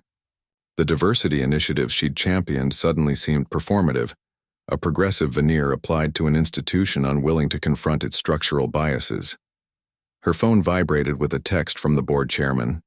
"Emergency executive. Session tomorrow, 9 a.m. Williams Foundation threatening to withdraw full support. Contain this." Emma stared at the message, the directive to contain echoing Trevor's approach from the beginning. Containment meant suppression, damage control, managing appearances rather than addressing root causes. She began gathering the most relevant documents, using her phone to capture images of key passages. If the board was convening an emergency session without her knowledge, she needed evidence beyond her own testimony. As she worked, a notification appeared on her phone, an email from the Association of Healthcare Executives requesting her participation in a panel on crisis management and institutional ethics. The timing was either cosmic irony or perfect synchronicity. Emma hesitated only briefly before accepting the invitation. The path she was choosing carried significant professional risk, but continuing to operate within a system she now recognized as fundamentally compromised would exact a different, more personal cost, one she was no longer willing to pay. Trevor Whitfield paced his office, phone pressed to his ear, voice deliberately modulated to project calm authority despite his growing panic. "Richard, I understand your concerns completely," he said to Richard Williams, whose family foundation's $20 million donation now hung in the balance. "But I assure you, we're taking comprehensive action to address the underlying issues." "The press coverage suggests otherwise, Trevor," came the reply. "My daughter sent me video of protesters outside the hospital yesterday. This doesn't reflect the kind of institution we want our name associated with." "The protests are diminishing daily," Trevor assured him, though this was more wishful thinking than fact. "And our new diversity task force is implementing substantive changes. Dr. Johnson himself has expressed satisfaction with our response." This last claim was a complete fabrication, but Trevor was beyond such concerns now. The Williams donation represented not just funding for the pediatric wing, but his own crowning achievement as a board member. His phone rang again. Karen, for the 3rd time that day. With a surge of irritation, he answered. "What is it, Karen? I'm in the middle of a crisis." "I attended a community dialogue today," she said, her voice unnervingly calm. about bias in healthcare. Trevor felt a spike of alarm. You did what? After I explicitly told you to maintain a low profile? I went to listen, Trevor, just listen, and I'm beginning to think, I don't care what you're thinking, he snapped. Your actions have jeopardized a $20 million donation. The board is questioning my judgment. Is our marriage at stake, Trevor? Because you've barely spoken to me in a week. The directness of the question caught him off guard. Their relationship had always operated through careful indirection, unspoken agreements about his career priorities, her social ambitions, the mutually beneficial partnership they'd constructed. We'll discuss this later, he said finally. I have an emergency board session in the morning. I've been invited to speak at a community reconciliation event, Karen continued. I'm considering accepting. Absolutely not. No public statements, without legal review. I think I need to take responsibility for my actions, Trevor. Publicly. The foreign note of conviction in her voice alarmed him more than her words. Karen had always been malleable to his influence, responsive to his guidance about her public persona. If you do that, you do it alone, he said coldly. I've protected you as much as possible, but I will not allow your misguided confession to further damage the hospital's position, or mine. The silence that followed was heavy with recognition. The boundaries of their relationship suddenly explicit rather than implied. The conditional nature of his support laid bare. I understand, Karen said finally. Good luck with your board meeting. Trevor stared at the phone after she disconnected, an unfamiliar hollowness expanding in his chest. He had just effectively chosen the hospital's reputation, his professional standing, over his marriage. The decision had been instinctive, unquestioned. What did that reveal about the person he had become? As evening settled over the city, these separate journeys continued along their parallel tracks, each person confronting truths about themselves and their place within the systems they inhabited.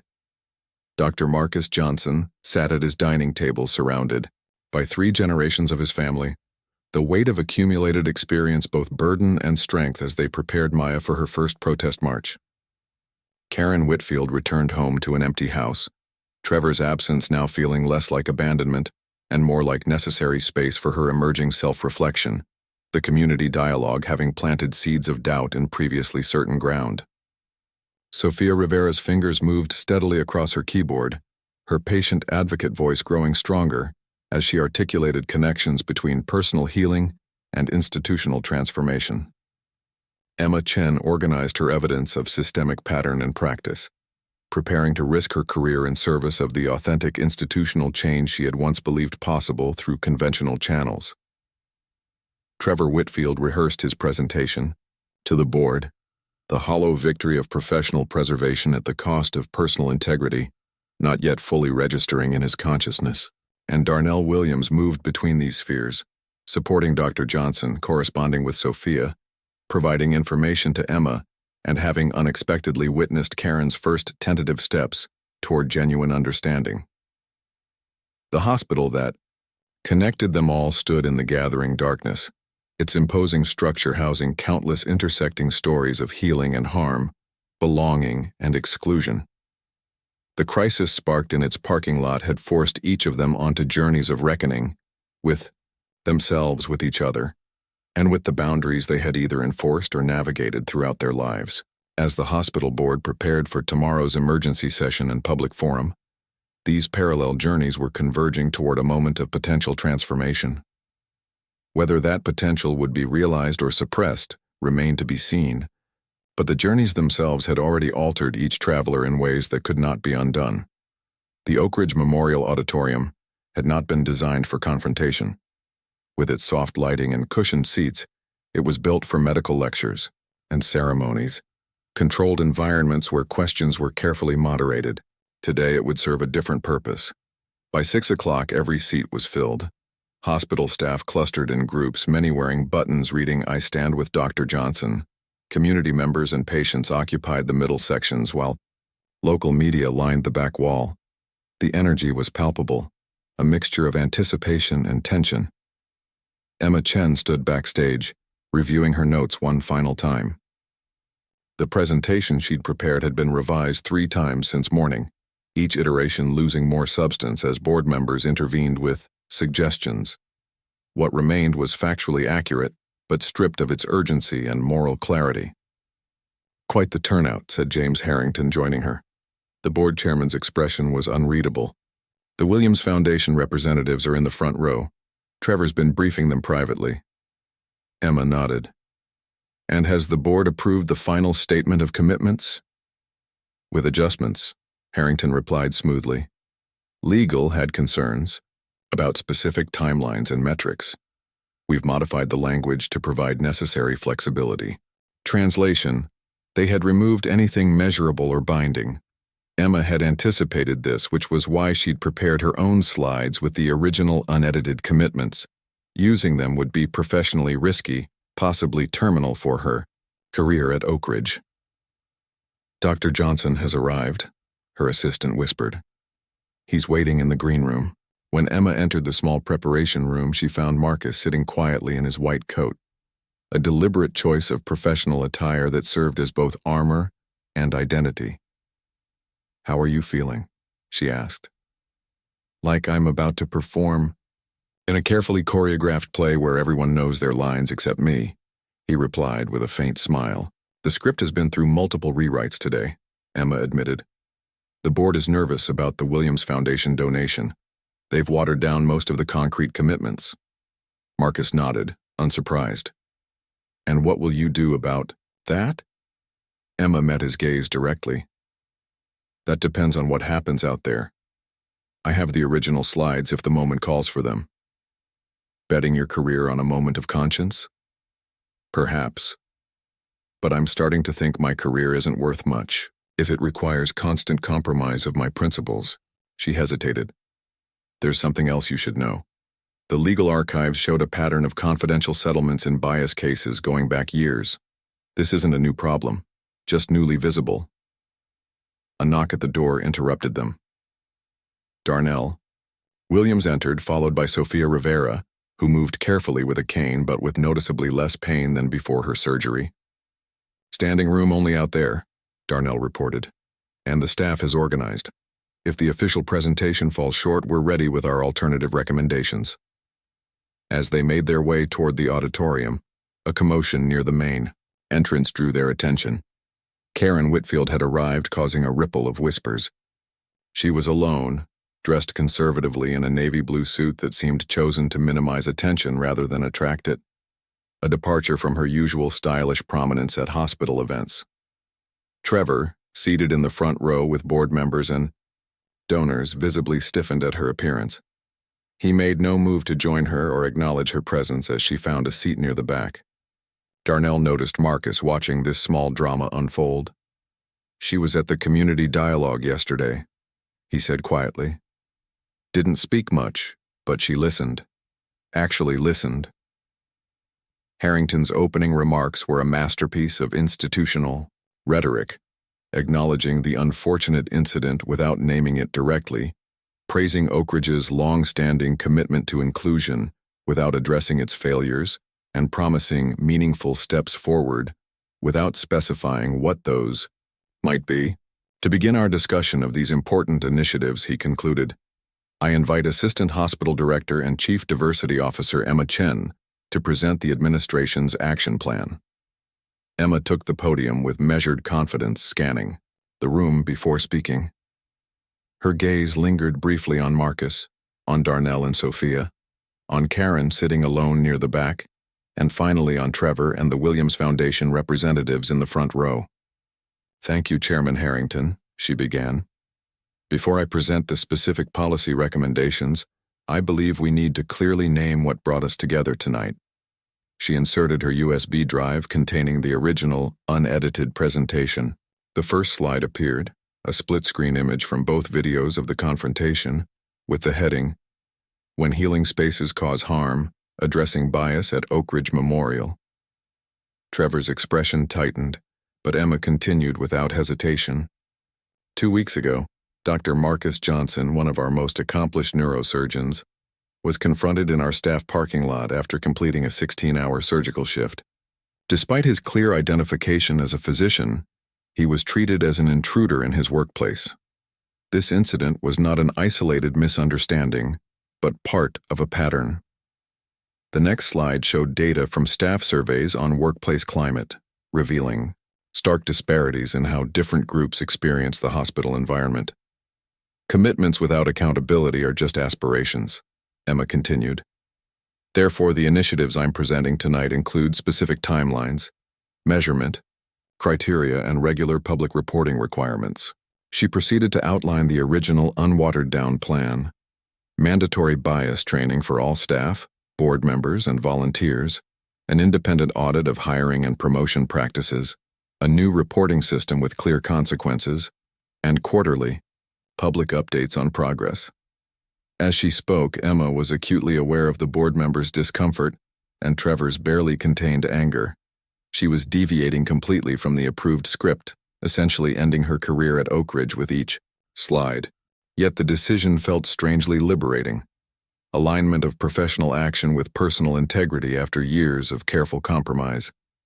When she finished, the applause was immediate and sustained, led by the staff sections but spreading throughout the auditorium. Harrington returned to the podium with a tight smile. Thank you, Ms. Chen, for that comprehensive presentation. Next, we've invited Dr. Marcus Johnson to share his perspective on creating healing environments for all. Marcus approached the podium with deliberate calm. He had prepared remarks, but as he gazed out at the audience, he set them aside.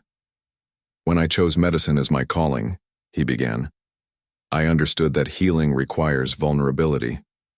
Patients must trust us with their bodies, their fears, their most private experiences of suffering.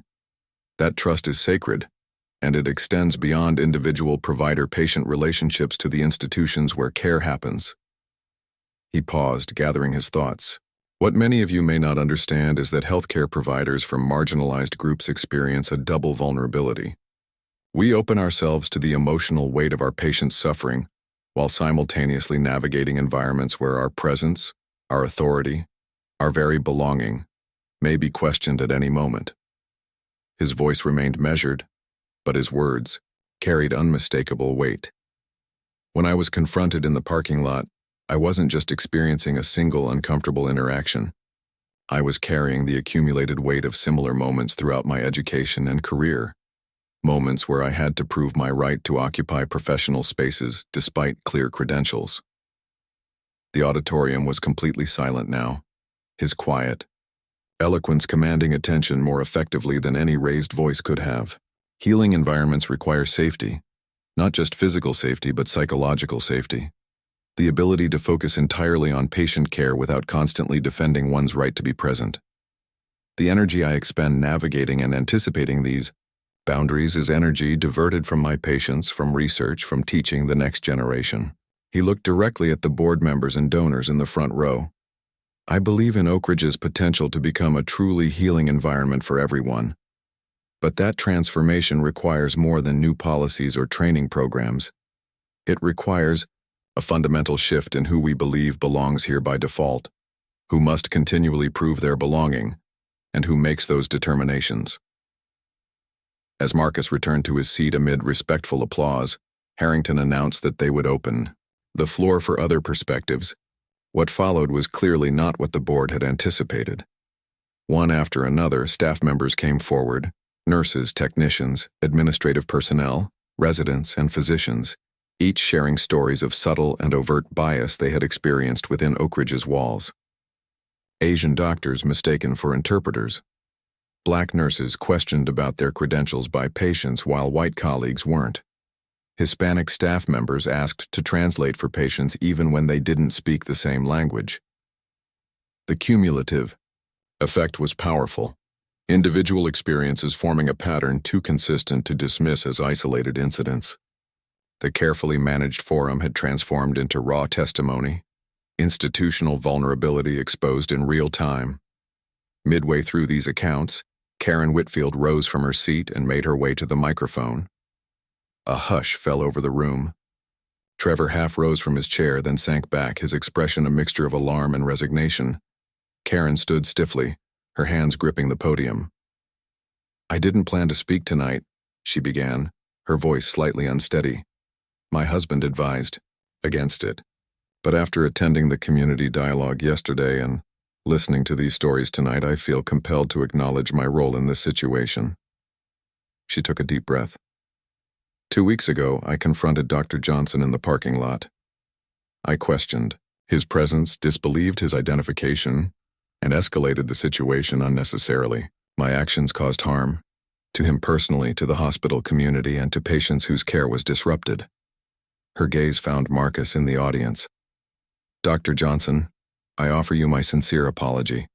There is no excuse for how I treated you. I've begun to recognize the assumptions that informed my behavior that night, and I am committed to examining and changing those patterns of thinking." The auditorium remained silent, the unexpected accountability landing with more impact than any defensive statement could have. Trevor's face had gone completely blank, the public deviation from his carefully managed approach leaving him momentarily speechless. Karen continued, "To the Oakridge community, I recognize that my actions reflected poorly on an institution I care deeply about. I've resigned from all volunteer positions associated with the hospital, effective immediately, to focus on my own education about bias and its impacts." As she returned to her seat, the silence gradually gave way to murmured conversations. The Tatr script of public forums typically didn't include genuine contrition from those who had caused harm. Sofia Rivera was the next to approach the microphone, moving carefully with her cane. "My name is Sofia Rivera. Until recently, I was just a patient waiting for spinal surgery. When my procedure was postponed because of this incident, I became something more, a witness to how institutional culture directly affects patient care." She shared portions of her open letter, articulating the connections between the treatment of healthcare providers and the experiences of vulnerable patients.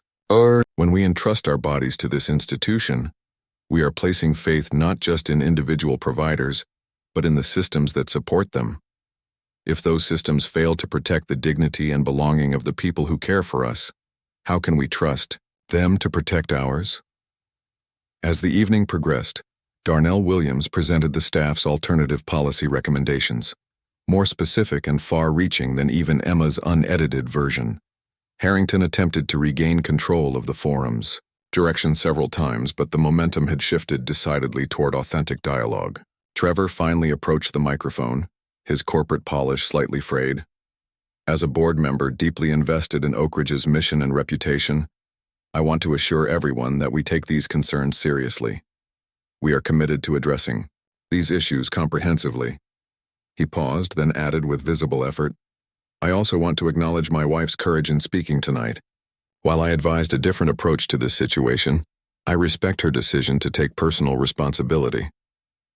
The words seemed to cost him something essential, a public concession that his strategic calculations had been misplaced. As the forum approached its end, Emma returned to the podium for closing remarks. The board members watched her warily, uncertain what further deviations she might introduce. "Tonight has demonstrated what becomes possible when we create space for truth-telling," she began. "The experiences shared here cannot be unheard, and they demand response beyond policy statements." She displayed a final slide, a concrete timeline for implementing the full range of initiatives discussed, including both administrative actions and the additional recommendations from staff. "This is not a conclusive solution, but a beginning. The real measure of our commitment will be whether these conversations continue, whether uncomfortable truths remain speakable after the immediate crisis passes, and whether those most affected by these issues maintain a central role in shaping the institution's response." The forum concluded with Harrington announcing a follow-up session in 30 days to report on initial progress, a commitment extracted by Emma and the staff representatives during a tense backstage negotiation minutes earlier. As people began to disperse, the emotional aftermath hung in the air, a mixture of catharsis from truths finally spoken aloud and apprehension about whether institutional momentum would sustain meaningful change beyond this moment of visibility. Marcus found himself surrounded by colleagues offering support, while Sophia and Darnell engaged with community members about next steps for accountability. Emma was cornered by several board members, their expressions suggesting a difficult Conversation about her future at Oakridge. Across the auditorium, Karen stood alone, Trevor having left immediately after the forum to speak with donors. The public distance between them had never been more apparent, the boundaries of their relationship fundamentally altered by the evening's events. The carefully managed public forum had transformed into something authentic and consequential, messy, uncomfortable but ultimately necessary for any genuine healing to begin. Individual stories had coalesced into a collective narrative about belonging and exclusion, about the visible and invisible boundaries that shaped life within Oakridge Memorial's walls. What remained to be seen was whether this moment of clarity would translate into lasting transformation or gradually fade into institutional memory, as so many previous moments had done. Boundaries of Belonging, Part 7. Ripple Effects, Dr. Marcus. Johnson adjusted the examination light, focusing it on Sofia Rivera's healing surgical site. 2 weeks after the public forum, life at Oakridge Memorial had settled into a new pattern, not a return to the previous status quo, but not the complete transformation that some had hoped for either. "The incision is healing beautifully," he said, gently palpating the area. "How's your pain level been this week?" "Manageable with just over-the-counter medication now," Sofia replied. "I can work at my computer for almost 3 hours before needing to stretch." "That's excellent progress." Marcus made notes in her chart. "I'd recommend continuing the physical therapy twice weekly, but we can space out these follow-ups to monthly now." As he helped her sit up, Sofia studied him. "How have things been since the forum?" "Really?" Marcus considered the question. The professional boundary between them had shifted, their shared experience creating a connection that wasn't quite friendship but more than the typical doctor-patient relationship. "Mixed," he admitted. "Surgeries are fully booked. I've started a mentoring program for minority medical students that the administration has actually supported with resources. Some colleagues are more conscious of their assumptions, others more defensive." "And security?" Sofia asked with a wry smile. "Ironically, they're now almost too solicitous. I actually miss the days when I could walk through the hospital without everyone feeling compelled to demonstrate how much they recognize me." Sofia laughed. "The pendulum effect. Typical institutional overcorrection." "Exactly. What about your patient advocacy committee? Emma mentioned you've been making waves." "We've had 2 meetings so far. Surprisingly good attendance, and administration seems willing to listen, at least for now." Sofia's expression turned more serious. "But the most meaningful changes aren't happening through official channels. They're happening in small interactions, in how people are more willing to speak up when they witness something problematic." Marcus nodded. "The visible boundaries got everyone's attention, but it's the invisible ones that are actually shifting." "Including your own," Sofia observed. "You seem different from when I first met you. More willing to speak publicly, to advocate beyond your clinical role." "I didn't have much choice," Marcus replied with a slight smile. "Once you become a symbol, you either retreat completely or learn to use the platform." As they concluded the appointment, Marcus handed Sofia a business card with his direct number. "For any concerns about your recovery," he said, then added with a meaningful look, "or for updates on the advocacy work." This small gesture represented his own boundary shift. The experience had transformed him from a surgeon who happened to be black to a black surgeon who recognized the inseparability of his professional expertise and his lived experience. Karen Whitfield arranged informational pamphlets on a table in the community center lobby, conscious of the sideways glances from other volunteers. 8 weeks after the parking lot confrontation, she was still recognizable as that woman from the video, though the intensity of public attention had mercifully faded. The East Side Community Reconciliation Network had welcomed her participation with a mixture of skepticism and cautious appreciation. Karen had started with the most basic tasks: setting up chairs, preparing refreshments, organizing materials. She spoke little and listened intently, absorbing perspectives she had previously dismissed. "I think we need more of the implicit bias worksheets," said Martha Chen, appearing at her side. "Last session we ran out." Karen nodded. "I've been reviewing the readings for tomorrow's discussion group. I had no idea about the history of hospital segregation in this city, separate wards continuing into the 1960s. Most people don't, Martha replied. Institutional memories are conveniently short when it comes to uncomfortable histories. Karen hesitated, then asked the question that had been troubling her for weeks. Do you think it's possible to truly change ingrained patterns of thinking? Not just suppressing them or performing differently, but actually seeing differently? Martha considered this with seriousness. I believe it's possible, yes, but it requires sustained effort and honest self-reflection. Quick fixes and performative workshops accomplish very little. That's what I'm afraid of, Karen admitted. That I'll never fully recognize my own blind spots, that even with the best intentions I'll cause harm again. Probably, Martha said with unexpected directness. We all do. The question is whether you're willing to keep examining your assumptions, listening when people point out your mistakes and making amends. She placed a gentle hand on Karen's arm. Perfect awareness isn't the goal. Commitment to the ongoing process is. Karen nodded, something tight in her chest loosening slightly. The past weeks had been a painful period of self-examination, compounded by the collapse of her marriage. Trevor had moved to a downtown apartment 3 days after the public forum, citing irreconcilable differences in their approach to the situation. The social consequences had been equally severe. Former friends had divided into camps, those who quietly sympathized with her being canceled, and those who distanced themselves completely. Neither group understood the journey she was undertaking, the painful recognition that her actions had revealed something essential about how she determined who belonged in which spaces. Dr. Taylor mentioned you might be willing to help with the healthcare bias workshop next month, Martha said. Nothing public, just helping organize materials, and perhaps participating in the small group discussions. Karen felt a flutter of anxiety. You think people would be comfortable with my involvement? Not everyone, Martha acknowledged. But your perspective as someone actively working to recognize and address your own biases could be valuable. Think about it. As Martha moved away, Karen straightened the pamphlets with careful precision. The community center occupied a different place in her mental geography now, no longer a venue for her leadership and social standing, but a space where she could contribute quietly while learning to see differently. Emma Chen reviewed the quarterly progress report one final time before submitting it to the board.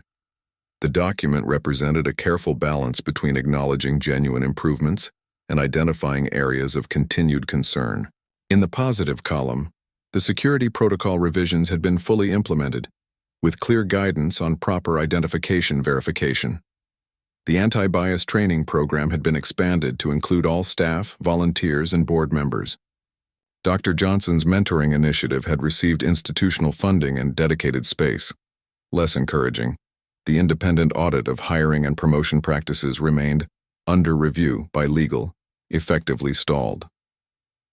The proposal for quarterly public reporting on bias incidents had been watered down to annual summaries with limited specificity, and most concerning, the pattern of addressing individual complaints while resisting structural analysis continued largely unchanged.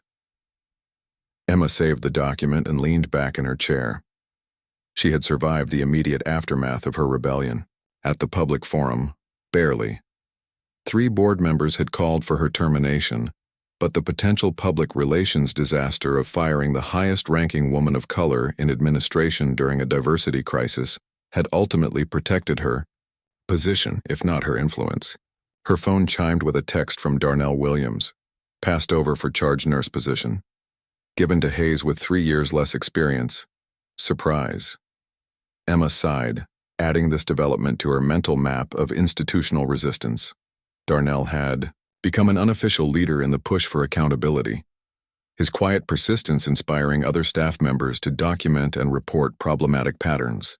The cost of this moral courage was becoming increasingly apparent. She texted back, documenting it, gathering similar cases for pattern evidence. Stay strong.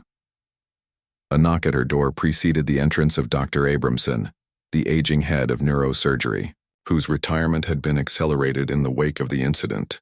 The National Association of Medical Administrators called, he said without preamble. They're forming a task force on institutional bias in healthcare settings. They want both you and Johnson to participate. Emma maintained her professional composure despite her surprise. That's a significant opportunity for Oakridge to demonstrate leadership in addressing these issues. Abramson's mouth twitched slightly. That's what I told the executive committee. They see it differently, concerned about airing our dirty laundry and potential liability implications. He paused. I suggested that as private citizens with relevant expertise, neither you nor Johnson requires institutional permission to participate in professional organizations. This subtle support from an unexpected quarter momentarily destabilized Emma's careful emotional balance. Abramson had never been a vocal advocate for diversity initiatives. His quiet intervention now suggested the incident had affected even the old guard in ways not immediately visible. Thank you, she said simply. He nodded. The Williams Foundation decided to maintain their donation commitment, by the way, with conditions, quarterly progress reviews and direct reporting to their diversity committee. His tone remained neutral, but there was a hint of satisfaction in his eyes. Trevor's position as lead on the pediatric wing project has been reassigned. Apparently, they questioned his judgment in handling sensitive situations. As Abramson left, Emma added these developments to her private documentation file. The institutional narrative would undoubtedly frame the Williams Foundation's continued support as evidence of Oakridge's commitment to progress. The reality was more complex, external pressure maintaining momentum that internal forces sought to dissipate. She turned back to the quarterly report, adding a carefully worded paragraph about the National Task Force invitation. Small victories accumulated alongside persistent challenges, the long work of institutional change proceeding in fits and starts, rather than dramatic transformations. Trevor Whitfield adjusted his tie in the mirror of his downtown apartment, the sleek, minimalist space reflecting his new bachelor status. The past 2 months had been professionally challenging, but not disastrous. His position on the board had survived the vote of confidence, though his influence had been significantly reduced. The reassignment from the pediatric wing project was a public rebuke, but he had already begun repositioning himself as an advocate for thoughtful, sustainable approaches to inclusion.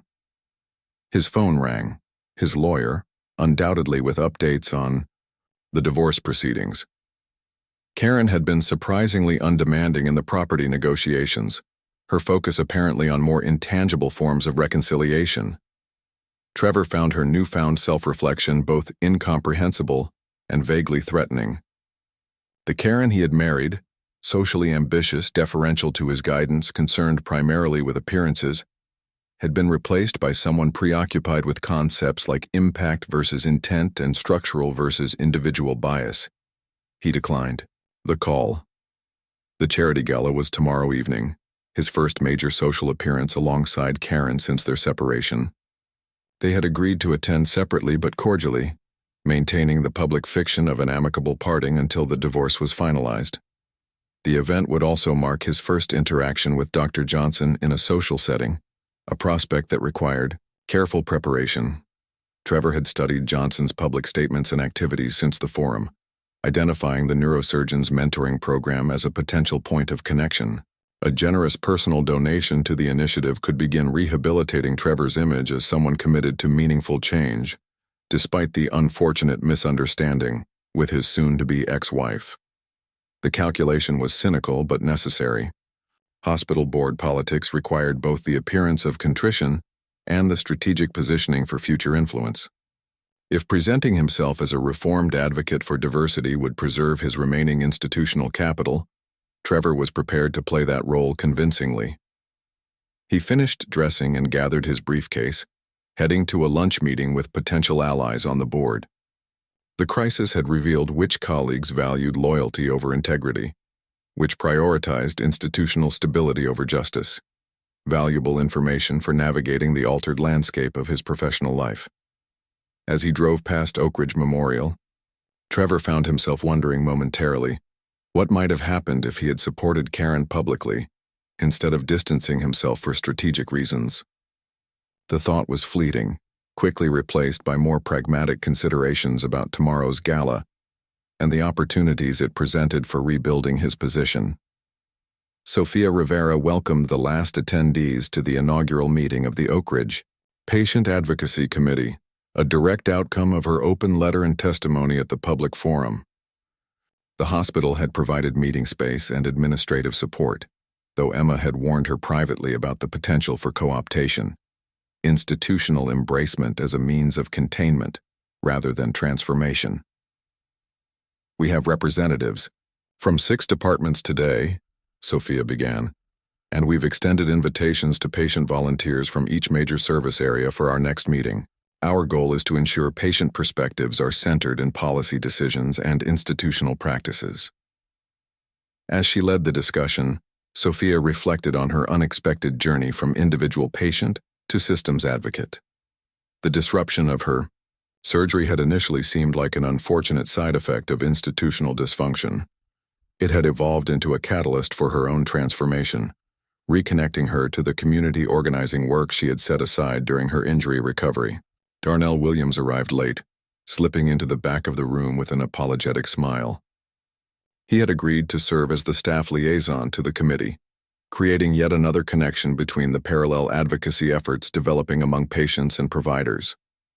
His recent promotion rejection had only intensified his commitment to systemic change.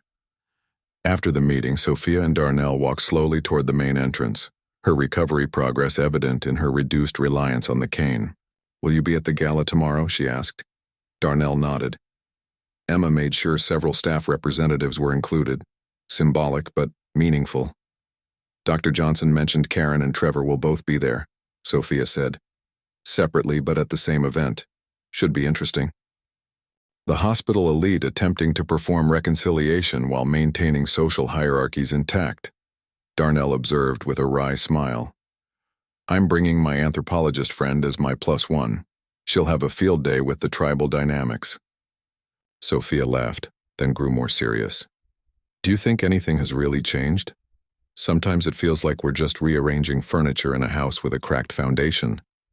Darnell considered this as they exited the building, the late afternoon sun casting long shadows across the parking lot, the same lot where the confrontation had occurred 2 months earlier.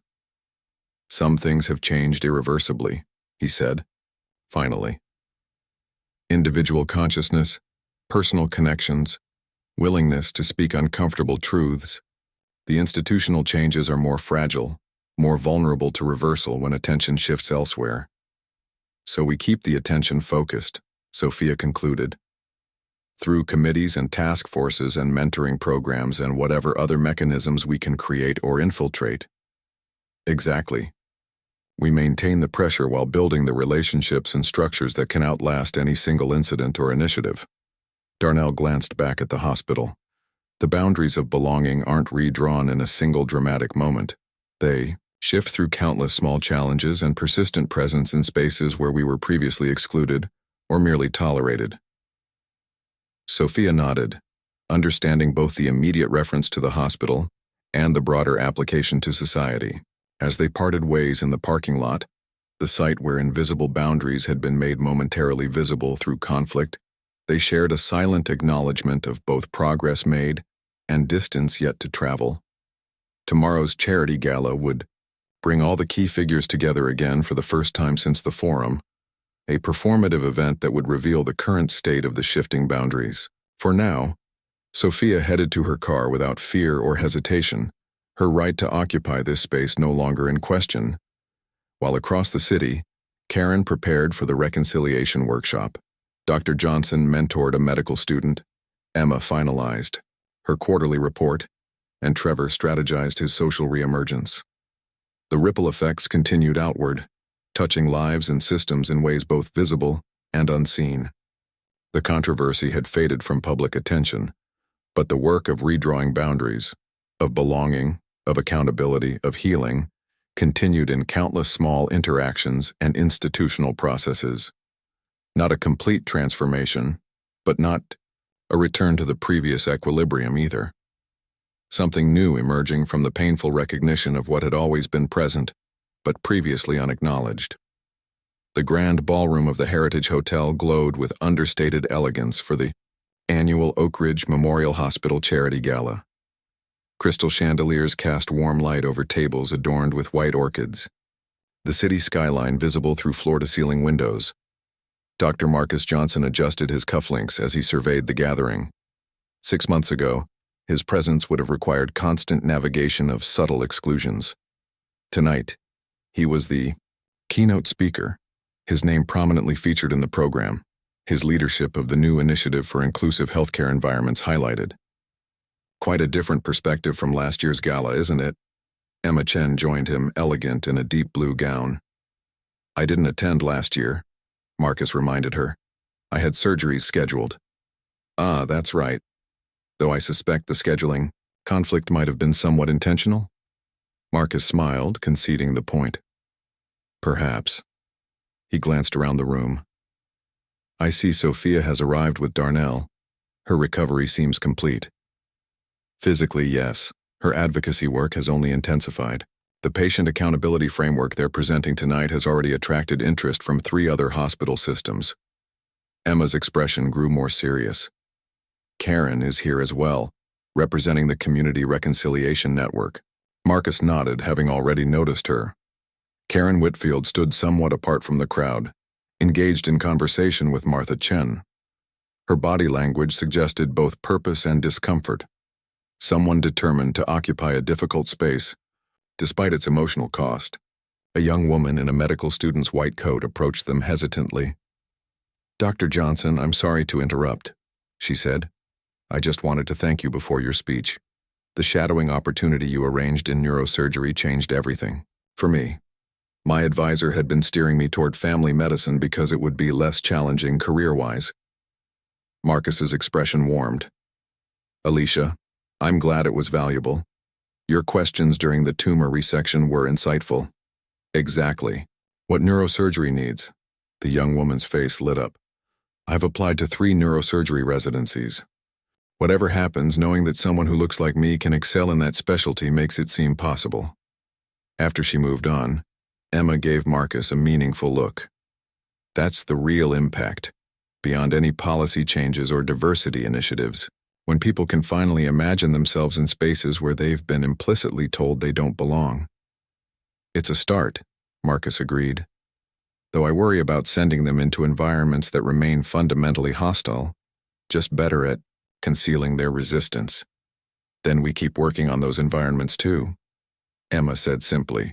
Across the ballroom, Karen maintained a careful focus on her conversation with Martha Chen. The divorce had been finalized 3 months earlier, her social circle completely reconfigured. This was her first attendance at a hospital function since the public forum, and she had accepted the invitation only because the reconciliation program needed representation. She noticed Trevor across the room, looking prosperous and confident as always, though subtle signs of strain showed around his eyes. They had communicated only through lawyers since the separation.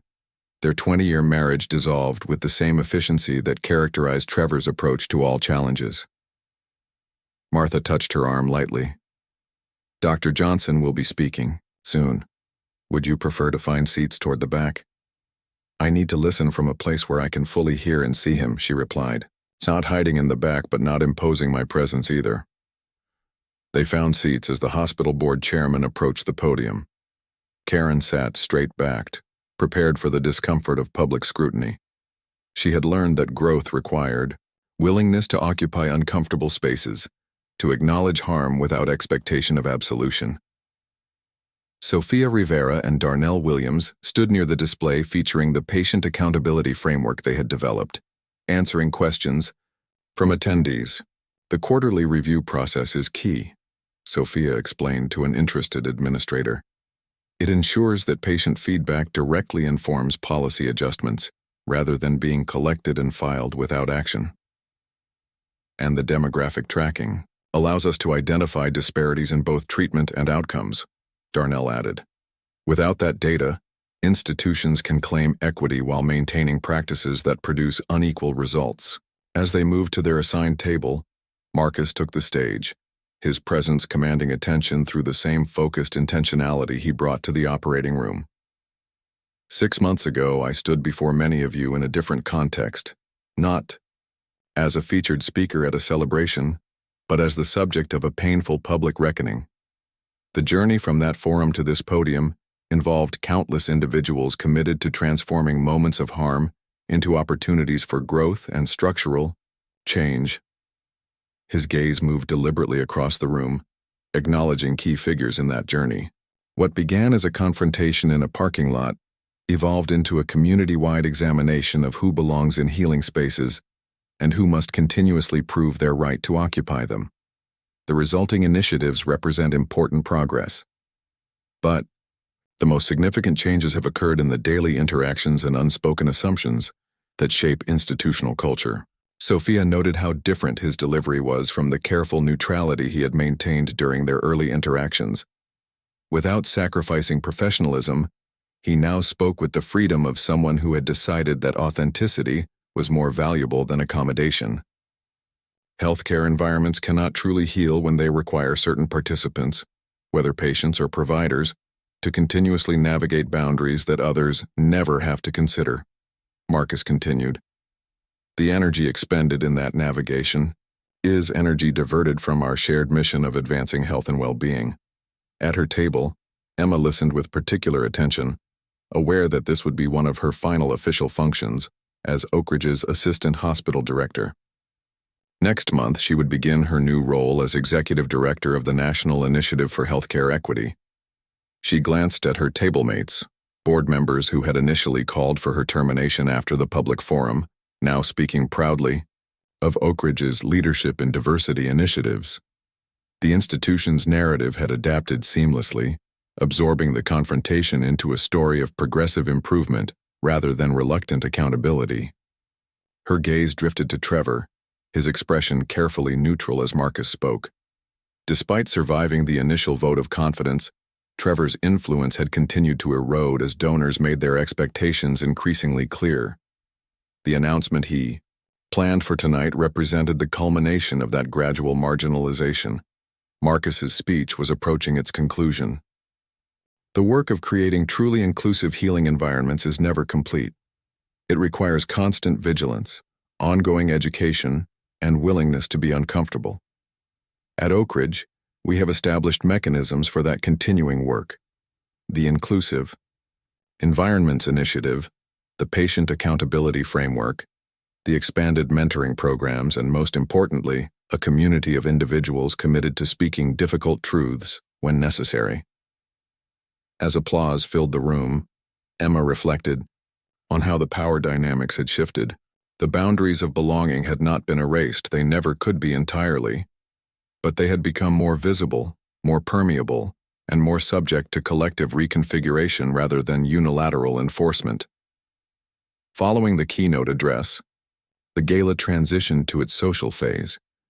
Karen found herself momentarily alone when Marcus Johnson appeared beside her table. "Mrs. Whitfield," he said, his tone neither warm nor cold, simply acknowledging. "Dr. Johnson," she replied, meeting his gaze directly. "Your speech was powerful. Thank you for your continued leadership in this work." He nodded, then asked, "May I?" gesturing to the empty chair beside her. "Of course," she said. They had not spoken directly since her public apology at the forum 6 months earlier.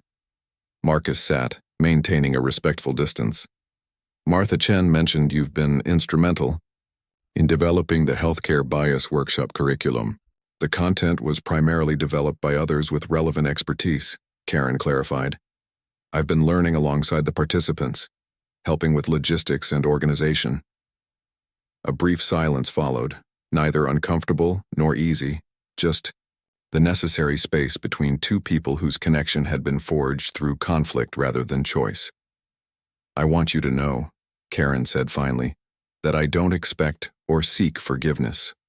My work with the reconciliation program isn't about personal absolution but about contributing to meaningful change." Marcus studied her for a moment. "Forgiveness is complicated, both to offer and to receive. What matters more to me is the commitment to ongoing growth and action." He paused. "The young medical student who thanked me earlier, Alicia, she Mentioned attending one of your workshop sessions. Said it helped her articulate experiences she'd previously minimized or dismissed. Karen hadn't known this connection, and the information landed with unexpected impact. The possibility that her work, emerging from her own painful recognition of harm caused, could support someone like Alicia. This represented a form of amends more meaningful than any personal absolution. Impact matters more than intent, she said. I can't undo the harm I caused, but I can commit to creating different impacts moving forward. Marcus nodded, standing to leave. That's all any of us can do ultimately. Recognize our impacts, take responsibility for them, and work to align our actions with our highest values rather than our unconscious biases. As he moved away, Karen sat with the weight and relief of the exchange. Not forgiveness exactly, but acknowledgement of shared humanity and purpose, despite the painful history between them. Trevor Whitfield approached the podium during the final segment of the evening's program. As many of you know, I've had the privilege of serving on the Oakridge Memorial Board for the past 7 years, he began. Tonight I'm announcing my decision to step down at the end of this fiscal quarter. This choice reflects my desire to focus on new opportunities and personal growth. The carefully worded statement revealed nothing of the behind-the-scenes negotiations that had preceded it. The clear signals from key donors and fellow board members that his continued presence represented a liability. I'm proud of Oakridge's progress in creating a more inclusive healing environment, he continued. The irony of his claiming credit for changes he had initially resisted lost on no one who had witnessed the past 6 months.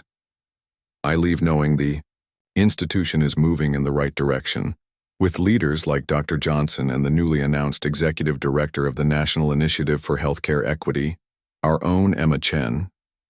Applause followed this first public acknowledgement of Emma's new position.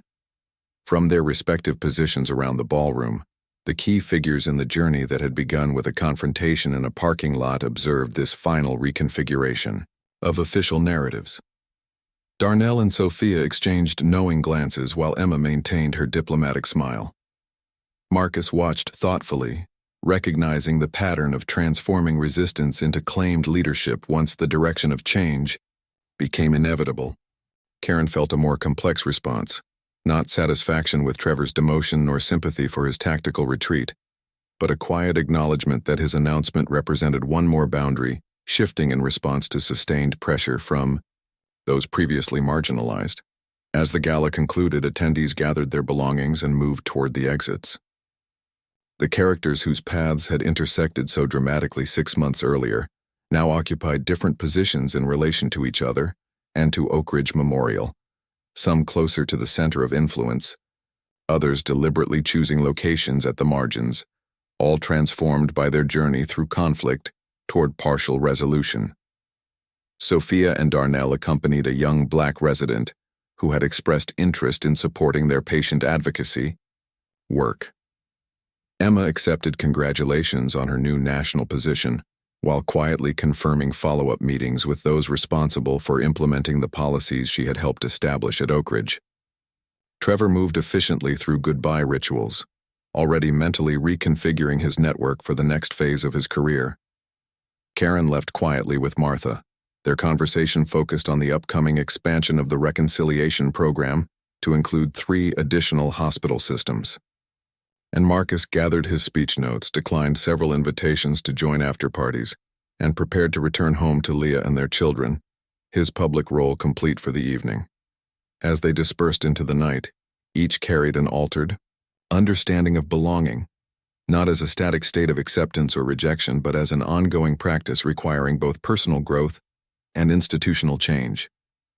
The hospital itself stood as both a reminder of how spaces could exclude and a model for how they might become more welcoming. The boundaries that defined it, continuously renegotiated through countless small actions and choices. As Marcus drove home through the quiet city streets, he reflected on the distance traveled since that night 8 months ago when he had walked to his car after 16 hours of surgery, only to find himself questioned, disbelieved, and required once again to prove his right to occupy space he had earned through years of dedication. The memory still carried pain, but it now existed alongside other experiences. Alicia's grateful recognition of the path he was helping clear, Sophia's recovery and advocacy, Emma's national platform, Darnell's steadfast courage, and even Karen's difficult journey toward genuine understanding. Each represented a boundary redrawn, a space reclaimed, a possibility created from painful recognition, not resolution in the sense of perfect justice or complete transformation, but movement toward a world where healing could happen, not just within individual bodies, but within the systems designed to care for them. A world where belonging was not a privilege to be granted or withheld based on appearance or assumption, but a fundamental right extended to all who entered seeking care or offering expertise. Up next, we have 2 more incredible stories that are waiting for you. Just click the image you want to watch and it will take you there. If you enjoyed this video, make sure to subscribe, it would mean a lot.